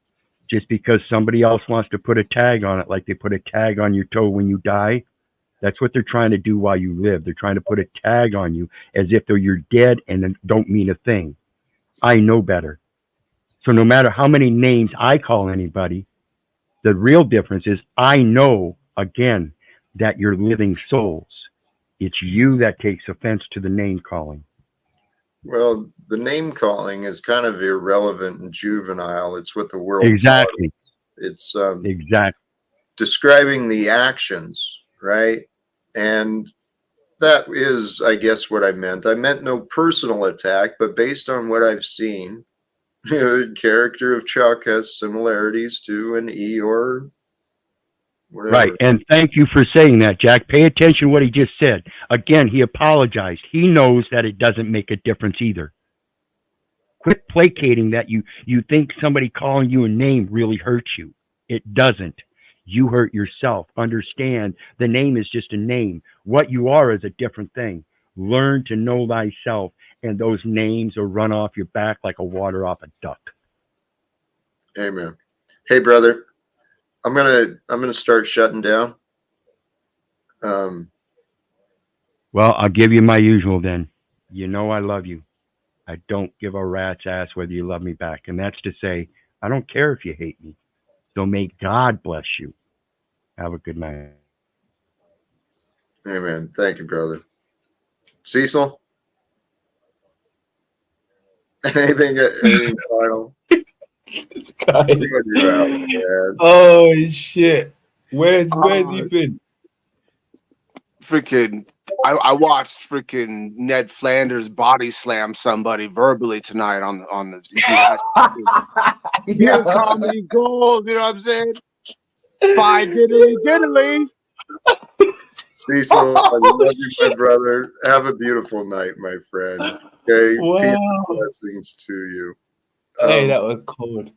That was cold. Hey, Jack, I'm gonna love you and leave you, my man. Hey, that was funny, but I love you, Jack. Hey, the machine lies, much love, and keep it real always, bro. Much love to you. Yeah, thank you so much. I'll be stopping by soon on your show as well to collaborate with you, my brother. Thank you so much for having me there and featuring me on there. And bless you, my brother, man. Thank you, man. Much love. Big up. Peace out, Jack. Big ups. Love you. Love you, London. Have a good night, man. And here we are, brother. Peace at last. There is peace to be found in the stream when men of peace join together. Yeah, I like what Wizard said about the names, and letting what it takes to have I mean having what it takes to let what people say, really roll off you by having a knowledge of yourself and not being in terms of trying to see yourself in the reflection of others by guarding yourself, through this sort of false sense of humility, and this also a false projection of your accomplishments, through the inflation of the ego, through trying to relate to things that aren't really yours. They're part of your identity, so I would like to read this passage here from the Tao Te Ching about being alone. It's about being alone. The crux of simplicity is about being alone, really. And I think Lao Tzu sums it up in these 3 chapters. I'll read a couple of them here. He says in 20, he says, give up learning and put an end to your troubles. Is there a difference between yes and no? Is there a difference between good and evil? Must I fear what others fear? What nonsense! Other people are contented enjoying the sacrificial feast of the ox. In spring, some go to the park and climb the terrace, but I alone am drifting, not knowing where I am, like a newborn babe before it learns to smile. I alone without a place to go. Others have more than they need, but I alone have nothing. I am a fool. Oh, yes, I am confused. Others are clear and bright, but I alone am dim and weak. Others are sharp and clever, but I alone am dull and stupid. Oh, I drift like the waves of the sea without direction, like the restless wind. He's talking about standing alone with nature. Nature is a state of grace. It's what is given to us. Like Machiavelli says, he says, what is in nature that doesn't have strong roots will get blown apart by the first wind. And then there's this other chapter. He talks about simplicity in terms of creativity, because I was talking a little bit about technique and creativity. He says in a very short chapter in 11, he says 30 spokes share the wheel's hub. It is the center hole that makes it useful. Shape the clay into a vessel. It is the space within that makes it useful. Cut doors and windows for a room. It is the holes that make it useful. Therefore, profit comes from what is there, usefulness from what is not there. So Dude, that's so deep, so fucking profound, and so true. Yeah. It is the space that creates the value, the nothingness. Yeah. And we're so afraid of nothing. It's the thoughts. Thoughts are nothing. We're constantly getting afraid of nothing. The unknown is nothing. The known is, we're afraid. I don't know. Maybe I'm getting too much on that. Hey. Anyways, thank you for letting me share that with this audience, brother. And I'm like always, and thank you to everyone for having us. Bless you. Blessings to you. I'm not sure what's going on. What do you want? Sorry. Go ahead. I forgot to mention that for those of you here who care or anything, I just put up a channel of my own. It's called Apocalypse Fetish, yeah. Yeah. And I'm over there just playing video games for right now. It will eventually move into something a little bit more philosophical, but I'm just like dropping breadcrumbs while I play video games and be cybernetically violent. And anyway, yeah, so it's called Apocalypse Fetish, and my cash tag for Cash App is the same name, and accepting donations. And thank you. All praise Jack. No, hey, I was going to invite you to leave the link because I'm not going to remember. Well, maybe I will. I don't know. I try to tag the people with channels in the description after the streams, but thank you, Cecil. Appreciate the promotion. All right, brother. Anything else? I'm going to drop you out and I'm going to wrap it up and go get some food. Time to eat, nourish myself. Brothers and sisters, sincerely, thank you. Thank you to all who joined today in the chat, in the panel, in the chat, and those who are joining at a later time. Sincerely, thank you for joining this day, this stream, starting with a little bit of stream of consciousness, catching up on the Talcottian adventure, what's transpired since the yesterday, the happenings of this adventure. I shared some of that earlier. I shared some of the more recent inspirations, some of the observations I found about myself. I tell you what, man, praise God. God is mysterious. God is with you. You are mysterious, whoever you are. I want you to recognize that there's so much to you that you've not yet discovered. There's so much to this world that is yet to be explored by you. This life is an adventure. It really is. It's a once in a lifetime adventure, an opportunity to be you, with you, as you, for you. Not for you, for the world. But for the world to receive the best you, what's the best way you can improve? Those are the questions to ask. Those are the questions that inspire answers and lead us to answers. Seeking the answers, staying curious.